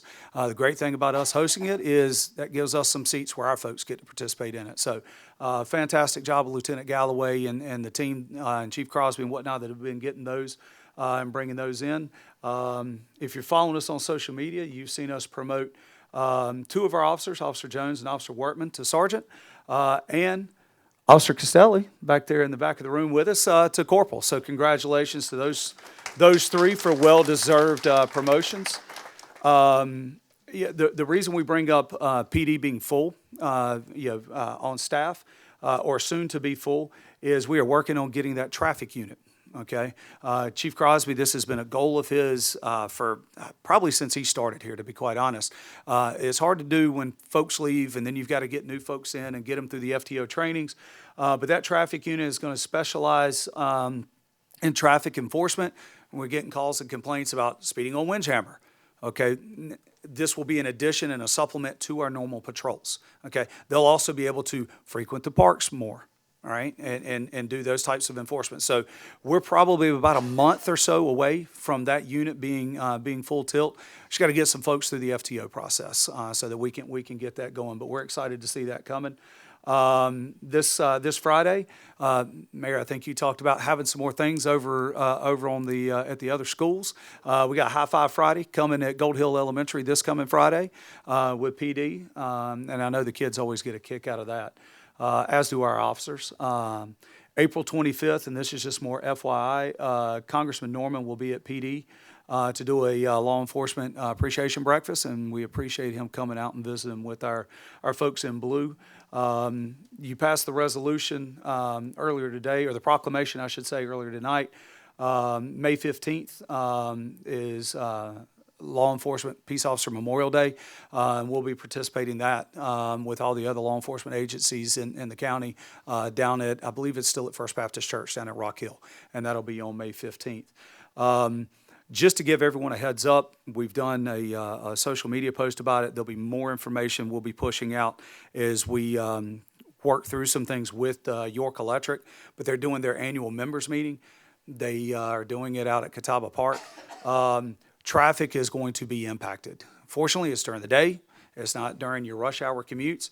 But we are probably going to be sending out some information, especially to our Lake Ridge folks, about using Gardendale Road and not Dam Road during that period of time to get in and out, because we're probably going to end up having to stack vehicles. They said last year when they did this, and it obviously wasn't here, they had about 4,000 vehicles come through to do their voting and things like that. So, appreciate Chief Crosby and Dustin's efforts in working with them to try to get this, help them be able to do this meeting. So that'll be coming up May the 1st. Let's see, Windjammer stats. Just I think Councilman Shirley mentioned PD goes down there a lot. Since January, we've been down there 250 times with 12 tickets issued. Since January, 250 times. PD's going down there a lot. They are going down there frequently. Do we catch everybody? No, but they are going down there a lot. So 250 times. This past weekend, Council, I had told you it was approximately 8. It was actually 11 self-initiated, meaning the officer went down there to do a check. They weren't dispatched down there because of a call for service that came in. So PD is keeping as active eye on it as they can while they're on patrol. And we're looking forward to having our folks coming in on the weekend to help us out and getting that traffic unit going. So I don't want anybody to think that we are forgetting about Windjammer. We are actively patrolling that and taking a look at it. Public Works, we've got one opening for a team member there, and we've potentially got that one filled after a round of interviews. So looking forward to them being full staff. We've got an RFP out right now for Windward Drive for some street patching where we've got all the root damage on the median side. So we've got that out for bid, and those bids are due at 2 p.m. on Friday, May the 10th, and we'll be bringing those bid results for council's consideration at your May meeting. We've also got an RFP published for the repairs and upgrades to the exterior of this facility in the clubhouse. Those are due back at 2 p.m. on Friday, May the 10th, with a mandatory pre-bid meeting at 10 a.m. on Wednesday, May the 1st. And again, those are on our website, and we'll be bringing those to you at your May council meeting for consideration. Google Fiber is projected to begin in the Cadence area May the 6th. Phone numbers to contact Google will be provided on the door knockers. Google's going to do a lot of their own communications, but we'll be supplementing those as well. Probably by the end of next week, there'll be a targeted specific communication to our Cadence, to our friends over in the Cadence development. Interesting enough, Comporium is now doing some upgrades. They are installing, they're doing some fiber upgrades down Shoreline Parkway. The encroachment permit that they have in right now is for TKK Drive to Beechwood Cove on Shoreline Parkway. And we'll update council as they pull any new encroachment permits there. Isn't competition great? Competition's a fantastic thing. Yes, Yes, it indeed. is. Spectrum is also running lines in the city, primarily on the eastern side, Stonecrest Boulevard and the like. So you've got Spectrum running fiber, you've got Comporium running fiber, and Google's about to start laying fiber as well, which is great for our businesses and great for our residents. As council may recall, there was funding appropriated in the budget for I'll call it a pole barn to cover as we store our equipment and things like that. Engineering on that is about 90% complete. And as soon as we get those engineering plans, we'll get that out to bid as quickly as possible so that we can bring that back to council. Just let me know where you need me to drop some holes. Understood. We've also got our sidewalk repairs are going to begin April the 29th. As soon as I'm able to get that list of where we're targeting, we'll share that with the public through Gretchen and whatnot, and we'll get those things rolling. We've got a list of stormwater projects being compiled to get put out for bid. Hopefully, we'll have those out for bid by the 1st of next month, so that as we roll into the summertime, we're able to start knocking some of those projects out. We've had some HVAC issues in the Glennon Center with the outside unit. Mainly an animal got up in there and chewed some wires. But Tim tells me it looks like we've got that fixed in time for the hot weather this week, which is good. We've had some generator issues at the police department and fire department. We've got regular scheduled maintenance here coming up here in the next 2 weeks, and that should resolve those issues. And our risk self-assessment is completed with mask, and there was only a small handful of items, and those are being remedied currently by staff. I think there were 5 issues, and I think we've already remedied 3 or 4 of them. So moving well through those. Parks and Recreation, unfortunately we've got three openings in our park maintenance staff right now. Folks have chosen to go do other things. We've potentially got one of those spots filled. So if you know folks that are looking to help us with our landscaping, help us with our ball fields and the like, tell them to get an application in. We'd love to talk to them.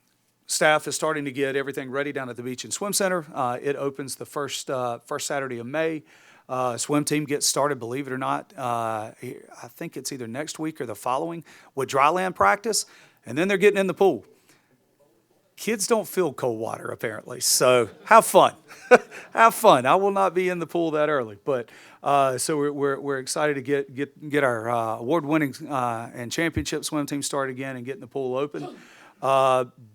It was mentioned earlier during public comments, but Best Damn Food Fest, May 18th. Super excited for Caroline. This is a brand new event for the city that she has put together, and excited to see that happen. Should be a great day. And then our summer concert series will launch after that, starting up in June. So it's event season in TGK for sure. Our summer camp registrations have opened. Those are on our website. So parents that are looking for stuff for their kids to do over the summer, we've got a variety of sport camps that are being offered here in the city and close by. And all that information is on the Parks and Rec page of our website. The storage building, as council may recall, the one that burned down. We've got the plans in for that and should start construction on it pretty soon. We've expanded the size of it slightly so that we can keep our equipment inside and protect it from the weather, has been a directive from prior councils. So looking forward to getting that building installed. Again, it's a metal prefab building, and hopefully shortly, either right before or shortly after our next meeting, hopefully that building will be up and installed and used. I've already mentioned that we have contracted with Show Pros. Again, right now they're scheduled to start Memorial Day weekend. We'll have conversations this week with them to see if we can get them started earlier, and we'll report back what we find. We'll report that back to council. You've probably noticed the fountain has been down. No, it was not intentional because of council not wanting to do the waterfall. It actually broke within weeks of council saying, well, if it ain't broke, don't fix it. And it broke. But the parts are all finally in. I'm being told that staff's making that a priority and getting that knocked out this week so we can get the fountain out front turned back on. We're also going to be repainting the entrance sign, the big TGK entrance sign at the Memorial Gardens. It needs a fresh coat of paint, and we're going to get that dressed up and cleaned up in time for the 4th of July festivities. And we're still waiting to hear back from the contractor on the walking trail lights, but we hope to get that project going very quickly. We've gone out and done remeasurements with them and the light. We're just waiting to hear back from him, and Dustin's pressing them as hard as they can so we can try to get that those lights on the walking trail. Keep everybody, all of our early morning walkers and our late evening walkers, keep them a little safer, and maybe they don't have to use as many headlamps and flashlights. They can see as they go. Let's see, last thing with Parks and Rec, baseball tournaments at Catawba Park on weekends, basically every weekend from now until the end of November, outside of when we have events.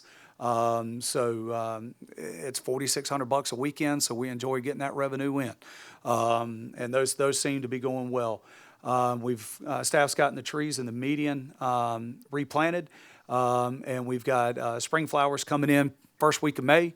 Getting all the flower beds done, and if you drove down TK Drive today, you probably saw a Bartlett tree in here doing the fertilizer and pest management stuff on our median trees. So all good things happening. Spring is TK is a beautiful place to be in the spring.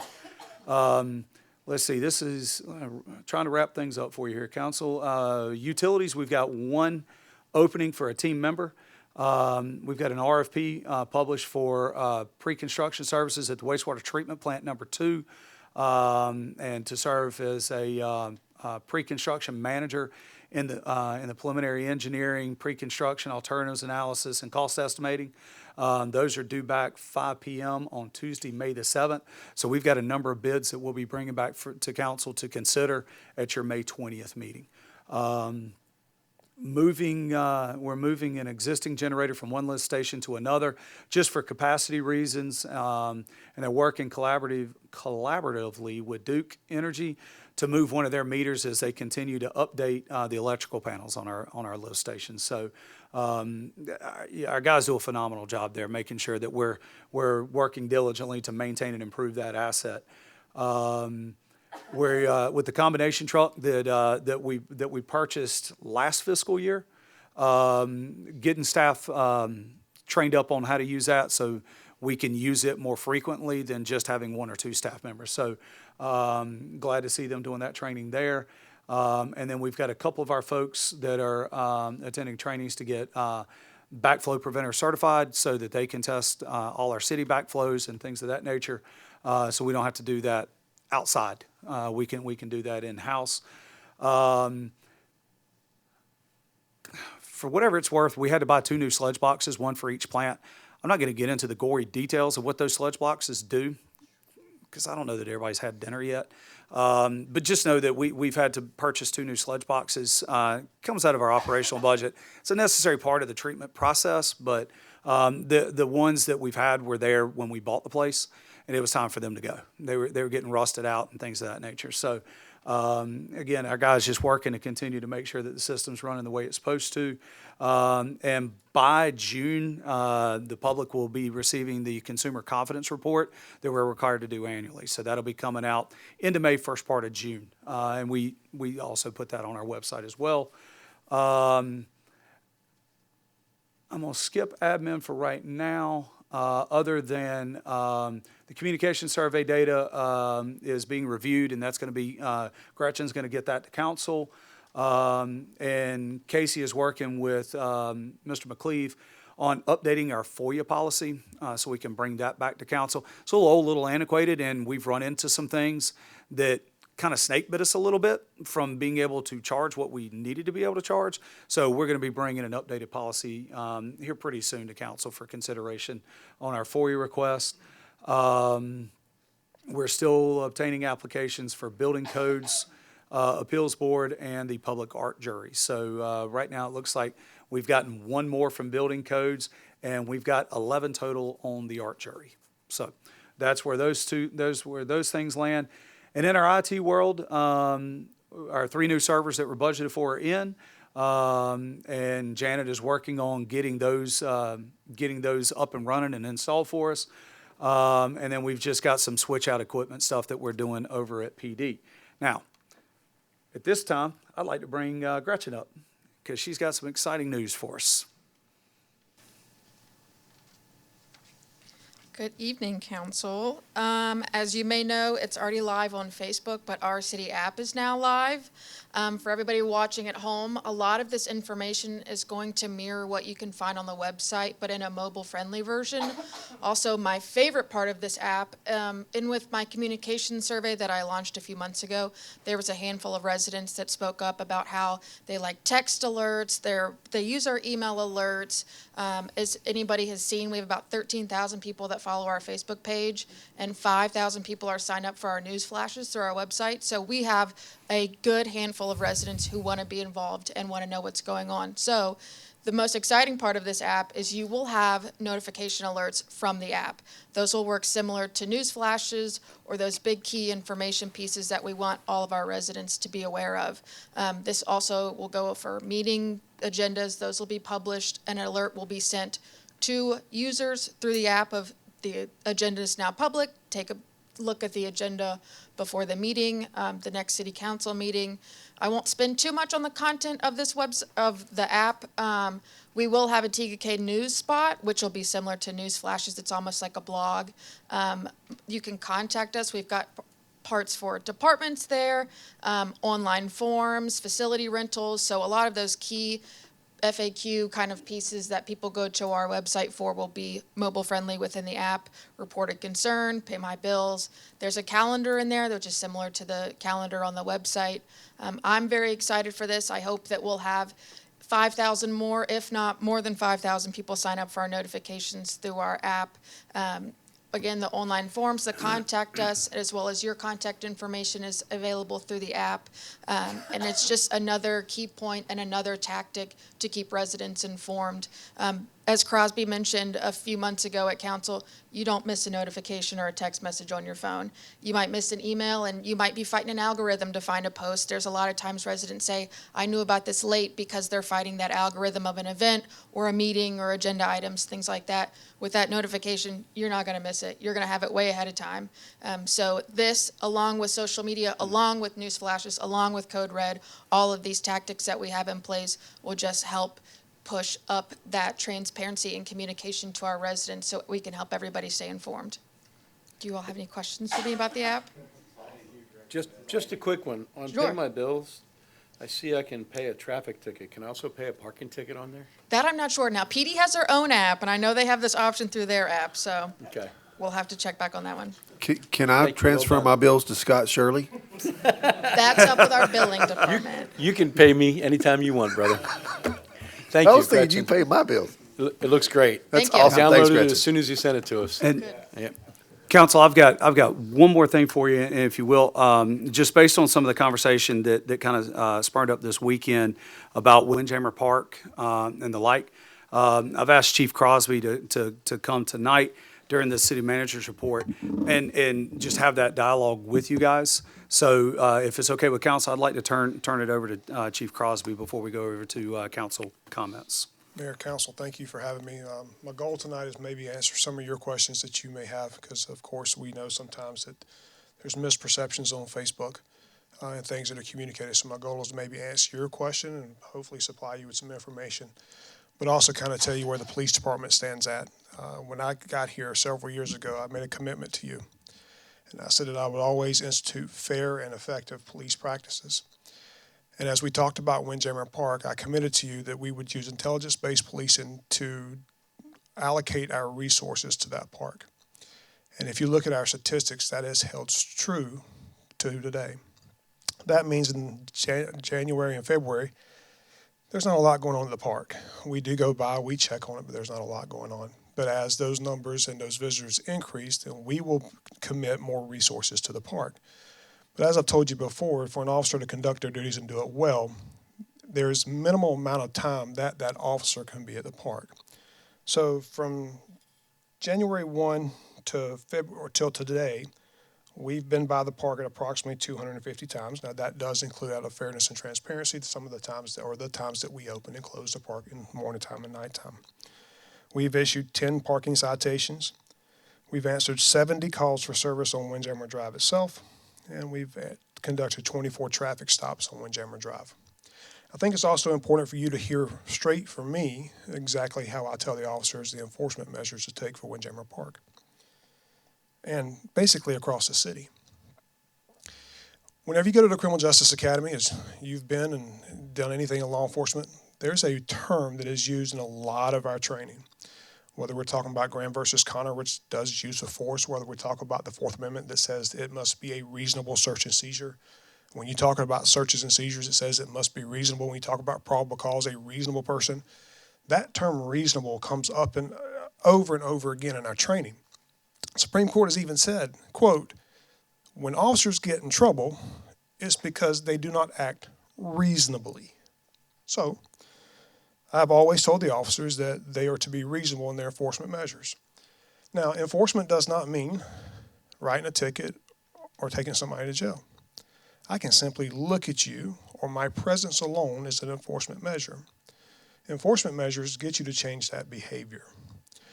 So when officers go to Windjammer Park, they're given discretion. Discretion is a very important thing. If you go to the Academy Handbook, it tells us that as we utilize our community policing philosophies, that we utilize discretion to build trust within the community. And discretion is a very important thing for us to have. So how do we put all of that stuff together, and what are their directions from me? Well, when they go to the park, they have the option, they have the ability. If they see someone there, they have the option to educate, and they have the option not to cite somebody. They have the ability to give them a verbal warning. The officers that have been told, though, that if they give someone grace and they give them a verbal warning and that person comes back, obviously that enforcement measure didn't work. Try different means.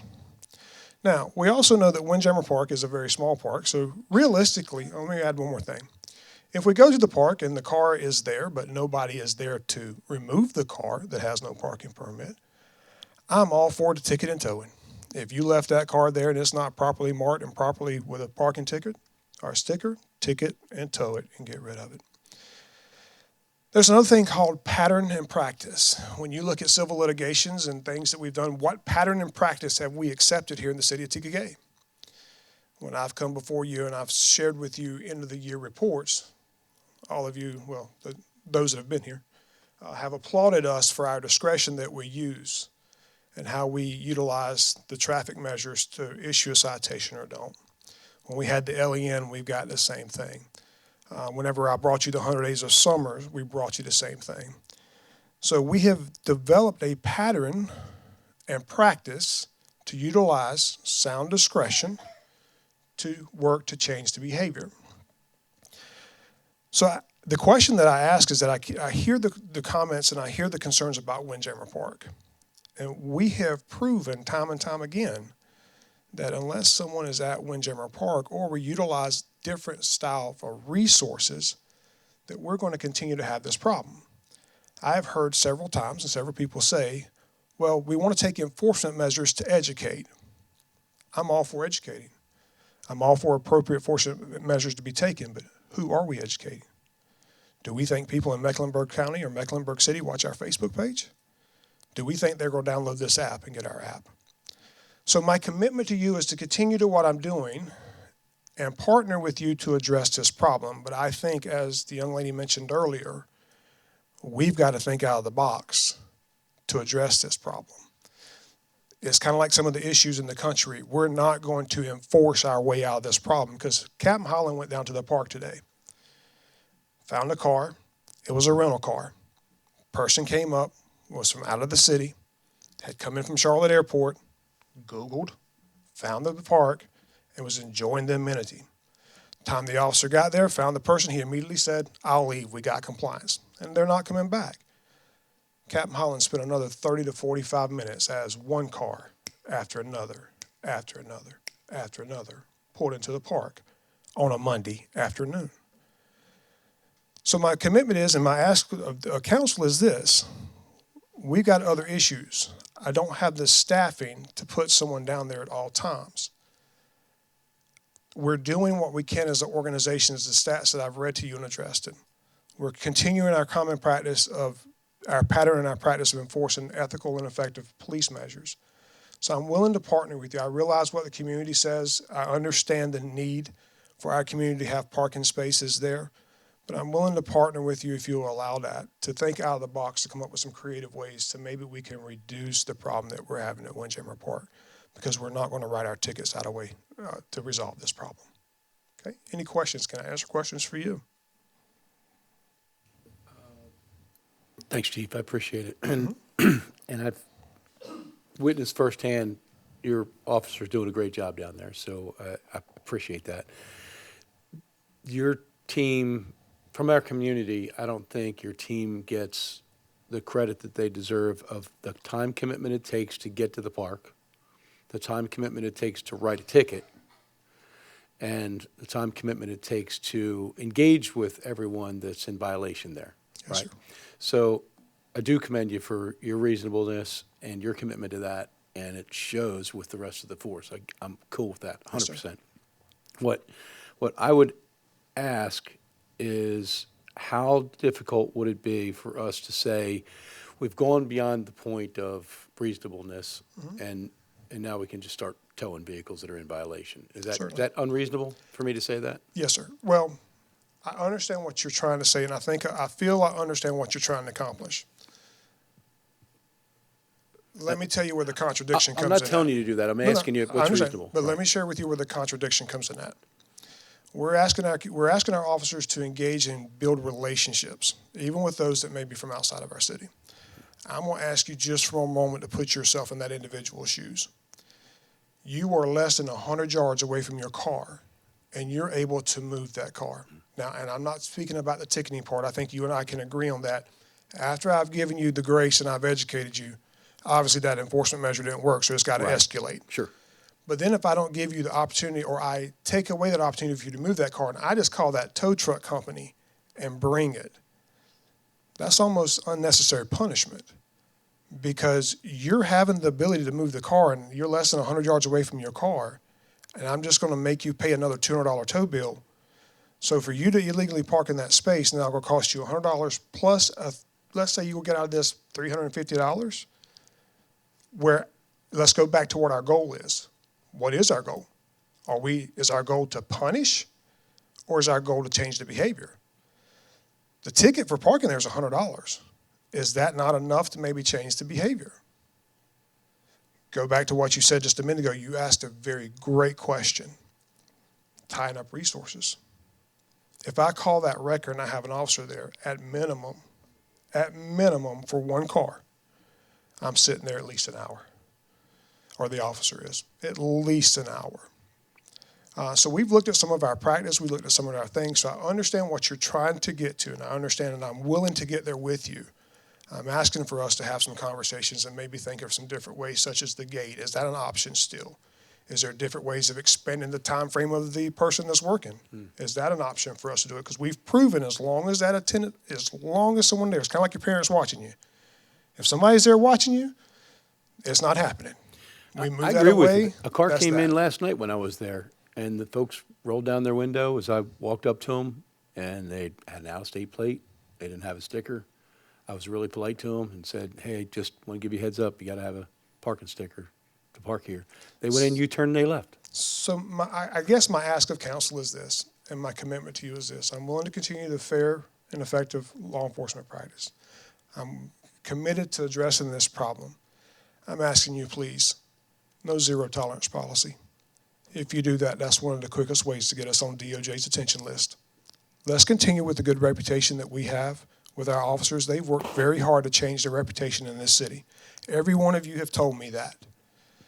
Let's continue to let the officers impact this community in a positive manner the way they do, but addressing that in a zero tolerance policy is not the way. There's other means to take that and address this situation.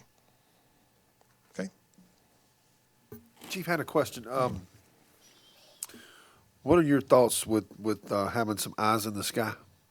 So we actually looked at, for our festival, the Best Damn Festival, Chief Hasty and Dustin and myself, we all talked and we went out and bought some cameras. Unfortunately, the way the cameras are wired, we're not able to get the signal back, because we were going to put one up at Windjammer Park just to try it. So I've reached out to Flock, and it's a little pricey to get another camera added, but it's something I'm willing to try to put into this budget to see if you will approve for that to happen. It's going to add a little bit more money on the front end to pay for the installation and for the equipment, and just adds a minor amount to our annual coverage, because we already have the Flock license cameras, which will then give us the opportunity to see the park. However, again, let's talk about, I think it's a great idea because it gives us the ability to see, but let's talk about our response. Just the camera being there is not going to address people being able to go. And like Saturday, for instance, so we shared with you that officers went to the park, how many times was it, Charlie, over the weekend? 11 over the weekend. On Saturday alone, and I'm just speaking for day shift, the officers responded to 14 different calls for service on top of going to the park those several times they went to the park. So we might be, the camera's a great idea, but what I'm telling you is we may see on camera is full, may not be able to get there. So that's where I'm saying I think it's got to be a multi-pronged approach to handle what we're trying to address at the park. And I'd agree. It's going to have to be a multi-pronged approach. You know, the gate, we discussed the gate. The problem that we have with the gate is that we do have public dollars that have gone into that park. We've got public restrooms down there that we have to maintain. Public restrooms. We had to put some signage up down there for the public restrooms. We go strict, non-resident policy on that. What kind of implications are we're looking at as far as funding? I don't think you're looking at any implications because you're still giving non-residents the ability to purchase the way to get in there. And people can also still pull up via boat, like your fishermen's and things like that, which was a big part of the conversation with our friends with SEDNR when we got the $120,000 for them to revamp it, was that, hey, your fishermen can tie up at the dock. They can run up and use the restroom. Yeah, and they were, oh, that's a fantastic idea. So, the gate, I'm wanting to say, and please don't quote me on this, I'm wanting to say it was about $70,000 to $80,000. It was. But it's scanning a barcode, and once the park's full, it ain't scanning, it ain't letting anybody else in. You got to turn around and leave. What does that do for the cars that are parking on the side of the road? That's still a law enforcement issue. Yeah, that they'll still have to do. Those folks. I mean, it's okay. We got a great problem. We've got a beautiful beach. We've got a great park at Windjammer Park, and everybody wants to be there.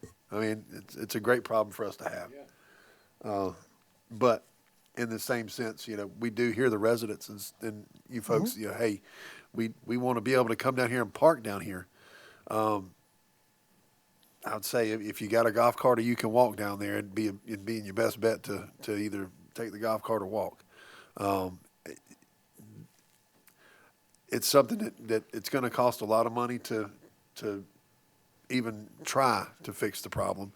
And even in trying to fix the problem, you can't make everybody happy all the time. No. Well, you're right, Mayor. We got 13,000 residents, and we have, 20 parking spaces down there? That's right. But Mr. Shirley, to your point, I think also has to be added is look how popular our area is getting. So we're seeing it's not just those that are living in Tega.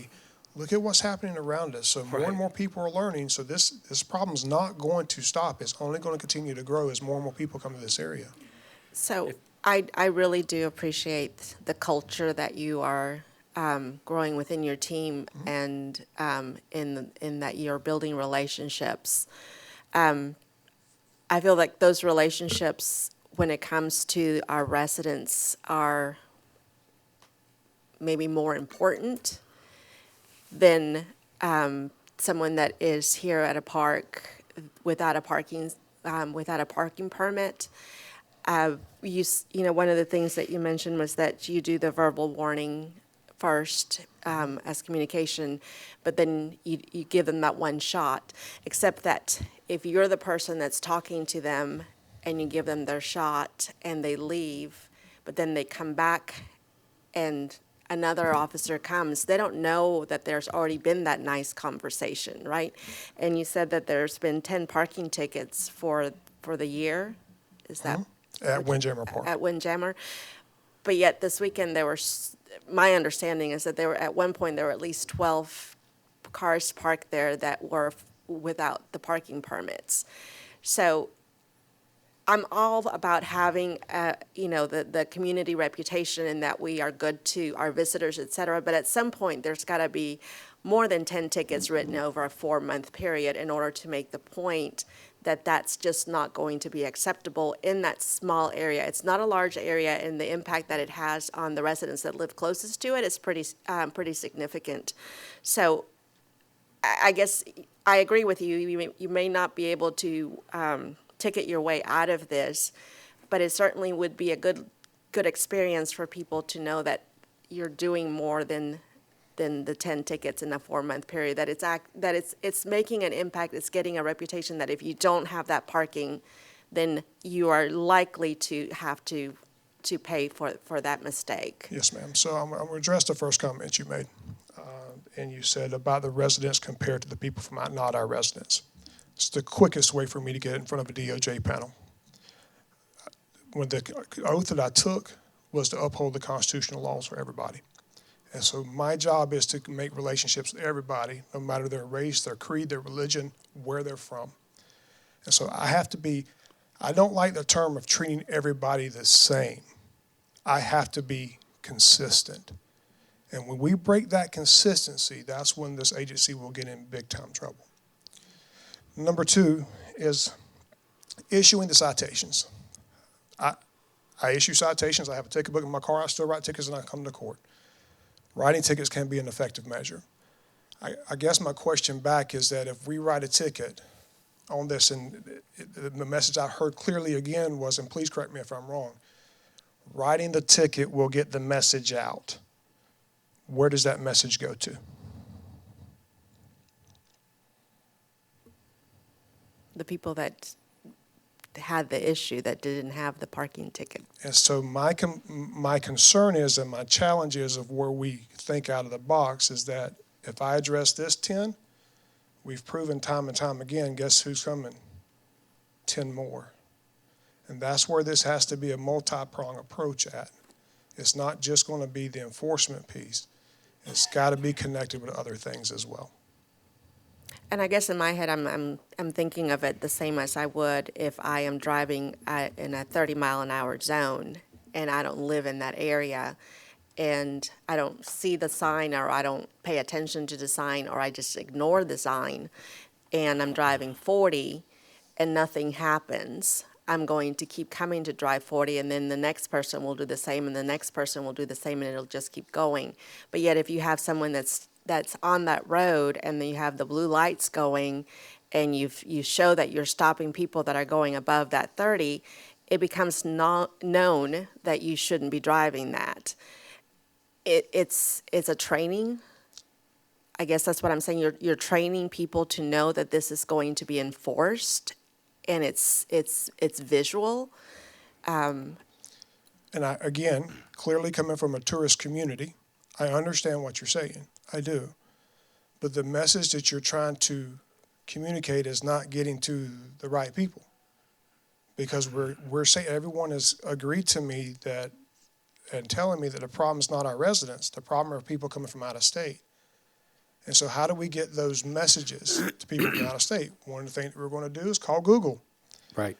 Ask Google, hey, can you put on your review or your whatever it is that you can put on there, please, parking permit required.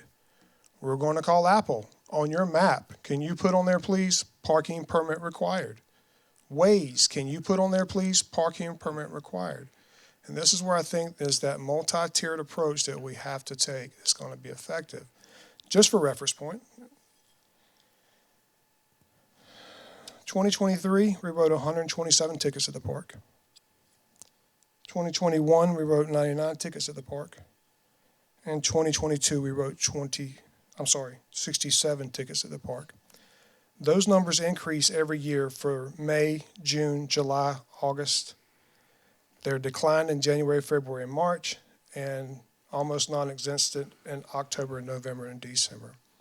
So as I will reiterate again, I think we have to use the data that we have through the intelligence-based policing model, deploy our resources where we need them through the time periods that we need them, effective enforcement, but also a multi-pronged approach with other avenues to address the problem. Chief, do you think the weekends are the biggest issue? I mean, in the summer, are the weekdays busy? So yes, sir. Even in the summertime, because you've got people traveling and things, we're seeing a lot more activities in the park. Spring break times, things like that. So one of the options, again, goes back to what the mayor said. There's going to be a financial impact to this. How much do we extend and have show pros cover for a longer period of time? Right. Well, and does it make sense? I mean, try show pros, but at some point, does it make sense to staff it ourselves with not, right, but I'm saying, but I think what we're trying to say is hire a parking attendant. Yeah. And some cities have done that, and actually me and Mr. Funderburg have talked about that. Mm-hmm. You know, actually having a parking attendant that can write parking tickets for the city, and they're in charge of that, and they could handle the other parks as well. Or issue a permit. Oh, I'm sorry. Or issue the permit. Or the collect permit. and issue permits, yeah. Yeah. No, I was just, if we go show pros continuously or for more than the weekends, the cost could start to be a lot more than hiring a parking. But like I said, and I'll close Yeah, with this. stuff to think out. My commitment again to you is this, is I do hear the community. I hear you. I will be working with the officers to address this situation. And I ask this for a partnership with you to take a multi-pronged approach and not just a zero tolerance approach. Absolutely. All right. Appreciate you, Thank Chief. y'all very much. And that's the end of the city manager's report. So, Mayor, I'll turn it back over to you guys for your council comments. Okay. So I'm going to do it a little different tonight. I've already thanked the fire department and the PD and our staff this evening. But whoever would like to go with the council comments, I'm going to abstain for this evening. But whoever would like to make a council comment, have at it, please. The only request I have is make it short. Good. I'll go fast. Thank you to those that have joined a committee with our city. I appreciate you giving your time. I know that takes a lot of time to sit through these meetings and better our city. And thank you for those that have volunteered, that have been appointed to those positions. Thanks for all the attention on Windjammer Park from our residents and our staff and council members. Charlie, if I heard correctly tonight, we're going to talk to Shea Holmes about the amenities for Windell Woods and what's acceptable there, And right? timing, and yes, sir. Timing, right? Mhm. Okay. Yes, sir. And as soon as we've got those answers, we'll get those back In to kind of council. short order, so we could get that on a public hearing if we need to, right? Yes, sir. Okay. Also, the rec area feedback for Windhaven, can we get that on the calendar also to get some feedback from the residents there in Windhaven? Yes, sir. Okay. And, Well, just one point of clarification. I thought we were going to go ahead and start working on some potential designs, like fair enough. landscape architect kind of thing. Fair enough. Hear the options kind of thing, and then start getting with our folks and friends in Windhaven. And I don't want to, I don't want to mess that up by saying it has to go this way. I'm just looking for progress. Thank Sir, you. absolutely. A while back, we had a meeting with the mayor and you, Charlie, and myself, and a couple of members of the pickleball committee or club. And you had mentioned that you were kind of anticipating tax revenue schedule, if I remember correctly, coming in from the county, and that we wouldn't, this is back in the fall, we didn't know how much was going to come in and how much we had access to try and make improvements for pickleball. We have any progress on that? No, sir, because I'm going to try to say this as respectfully as I can. We really need direction from council on what we're going to do with pickleball, right? So that we can, are we going to convert the lower courts? Are we going to keep the lower courts? The lower courts need some resurfacing, but it doesn't make a whole lot of sense to spend money to resurface and then spend money correct again to redo. Right. So I'll be honest, from the staff standpoint, we kind of anticipated this is probably going to be part of the budget conversation for Okay. 24, 25. So the pickleball club has asked me if council members could make themselves available for like 2x2 to meet with them, or that they maybe perhaps could come and present to the next council meeting on how they have a proposal to fund the improvements. So they have a plan that they want to share with council, and instead of it just being fully impacted by tax revenue, and they'd like an opportunity to be heard on that. So if I could, somewhere between now and the next couple of weeks, get support from one other council member to get that on the agenda. There you go. For a discussion or presentation from the pickleball club, I'll seek a second member to back me up on that. I heard Councilman Miller say we have $1.2 million for pickleball, so that's what I heard tonight. There is a public safety community meeting scheduled for next Wednesday. Chief Crosby and Chief Hasty typically host that. Same format, guys? At PD this time? Thank you. Okay. So that's April 24th, next Wednesday, 6 p.m. at PD, right? It's an excellent meeting for residents to attend, find out what's going on in our community from a perspective of safety, what your first responders are doing. It's excellent. If we could get some information out on an update on the deer survey, that'd be helpful too for residents to kind of get an idea of what's going on with that, what the progress is. And when's that survey close? April 29th. Thank you. Okay. Last thing for me, I actually heard Charles Barkley quote this one time, that there are 5 career choices that people make that are selfless career choices, that are strictly choices made because somebody wants to be a public servant. And you could probably include council in that because we don't get paid much for this. And I'm keeping you overtime too, and I'm not paying you for it. But teachers is one, nurses is another, military personnel is another, and these are jobs that don't pay a whole lot of money but require a lot of service from these people that decide to take on these careers, and first responders is the 5th. And I want to say a special thank you to our first responders that they've chosen that role that they have. They could probably get paid a lot more to do something else, but they choose it. They chose that because they chose to serve their community. And I really appreciate that. Thank you. That's it. I'll just go real quick. Thank you for everybody that's here, everybody that's still watching online and know it's been a long meeting. I will keep this nice and brief. I want to thank everybody that spoke at public comments this evening, let you know that your voices are heard and they are appreciated. So thank you so much for those of you that are still here. Those that received the proclamations and were able to receive those proclamations, thank you for being here this evening. Wear green in May for Mental Health Awareness Month. Make sure we do that. Thank you to the TGK Police Department, and thank you to the TGK Fire Department for keeping our community safe. You guys are awesome and doing what you do every day. And then lastly, I have a whole bunch more, but I'm going to keep it nice and brief. Thank you for everybody in the city staff that keeps our amazing city running smoothly every single day. Gretchen, I'm super excited for all the work that you've done and everyone else has done in regards to the city app, because that's going to be a great way to keep the communication moving forward on our city. And then the Best Damn Food Festival, May 18th. That's it. Thank you. All right, really fast. Everyone that came tonight and spoke up, thank you so much. Windhaven residents, really thank you for coming out. I'm glad we were able to get that resolved, and you don't have to worry about the compost facility, and get you a nice park over there, hopefully sooner rather than later. Police, fire, telecommunicators, Public Works. May is your month and days. I would just ask everybody on that note, May 15th, special day, Police Officer Memorial Day, please keep those families of fallen officers in your thoughts. I always take the opportunity to just say Staff Sergeant James McNaughton. He gave the ultimate sacrifice in my unit in Iraq. The first military police officer to die and the first NYPD officer to die in Iraq. And so I will be thinking of him that day. Please take the deer survey if you have not. And that's it. Thank you.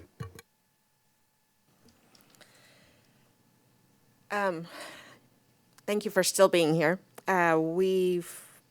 One of the things that I was committed to in running and serving is communication and transparency, and I think that we have made leaps and bounds by the length of our meetings on being aware of the communication that needs to happen and the transparency that we want to be able to share.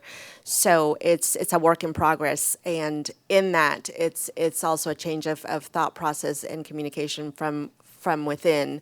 So thank you for staff for answering all the questions and being open to having the conversations around processes and ideas, and projects that are out there so that we can communicate that better to you guys. April 25th is our next chat with council. I don't have a time yet, but we will post that out there. Please take that deer survey. It's going to be really critical for us to understand your thoughts on those questions. And I did get to see that there is a bid out to do some upgrades at the Glennon Center, so I'm really excited to see what that's going to look like. And I'm assuming this is all on the exterior parts of things. So to see that get a little bit of a facelift will be a really good look. So, someone said something about jumping into cold water, and it reminded me that Tom has not jumped yet. For our polar plunge. So I am once again calling him out and saying that he needs to jump before the water gets warm. And that's it. Thank you. Don't worry, you can jump into my house if you ever get home. Chris, can we do anything about the Lions Club using the Glennon Center? We know about that. I know a guy. You know a guy? I know a guy. Thanks. Motion to go into executive session. I'll second. Have first and a second. All in favor say aye. Aye. Aye. We are in executive session. Thank you, folks.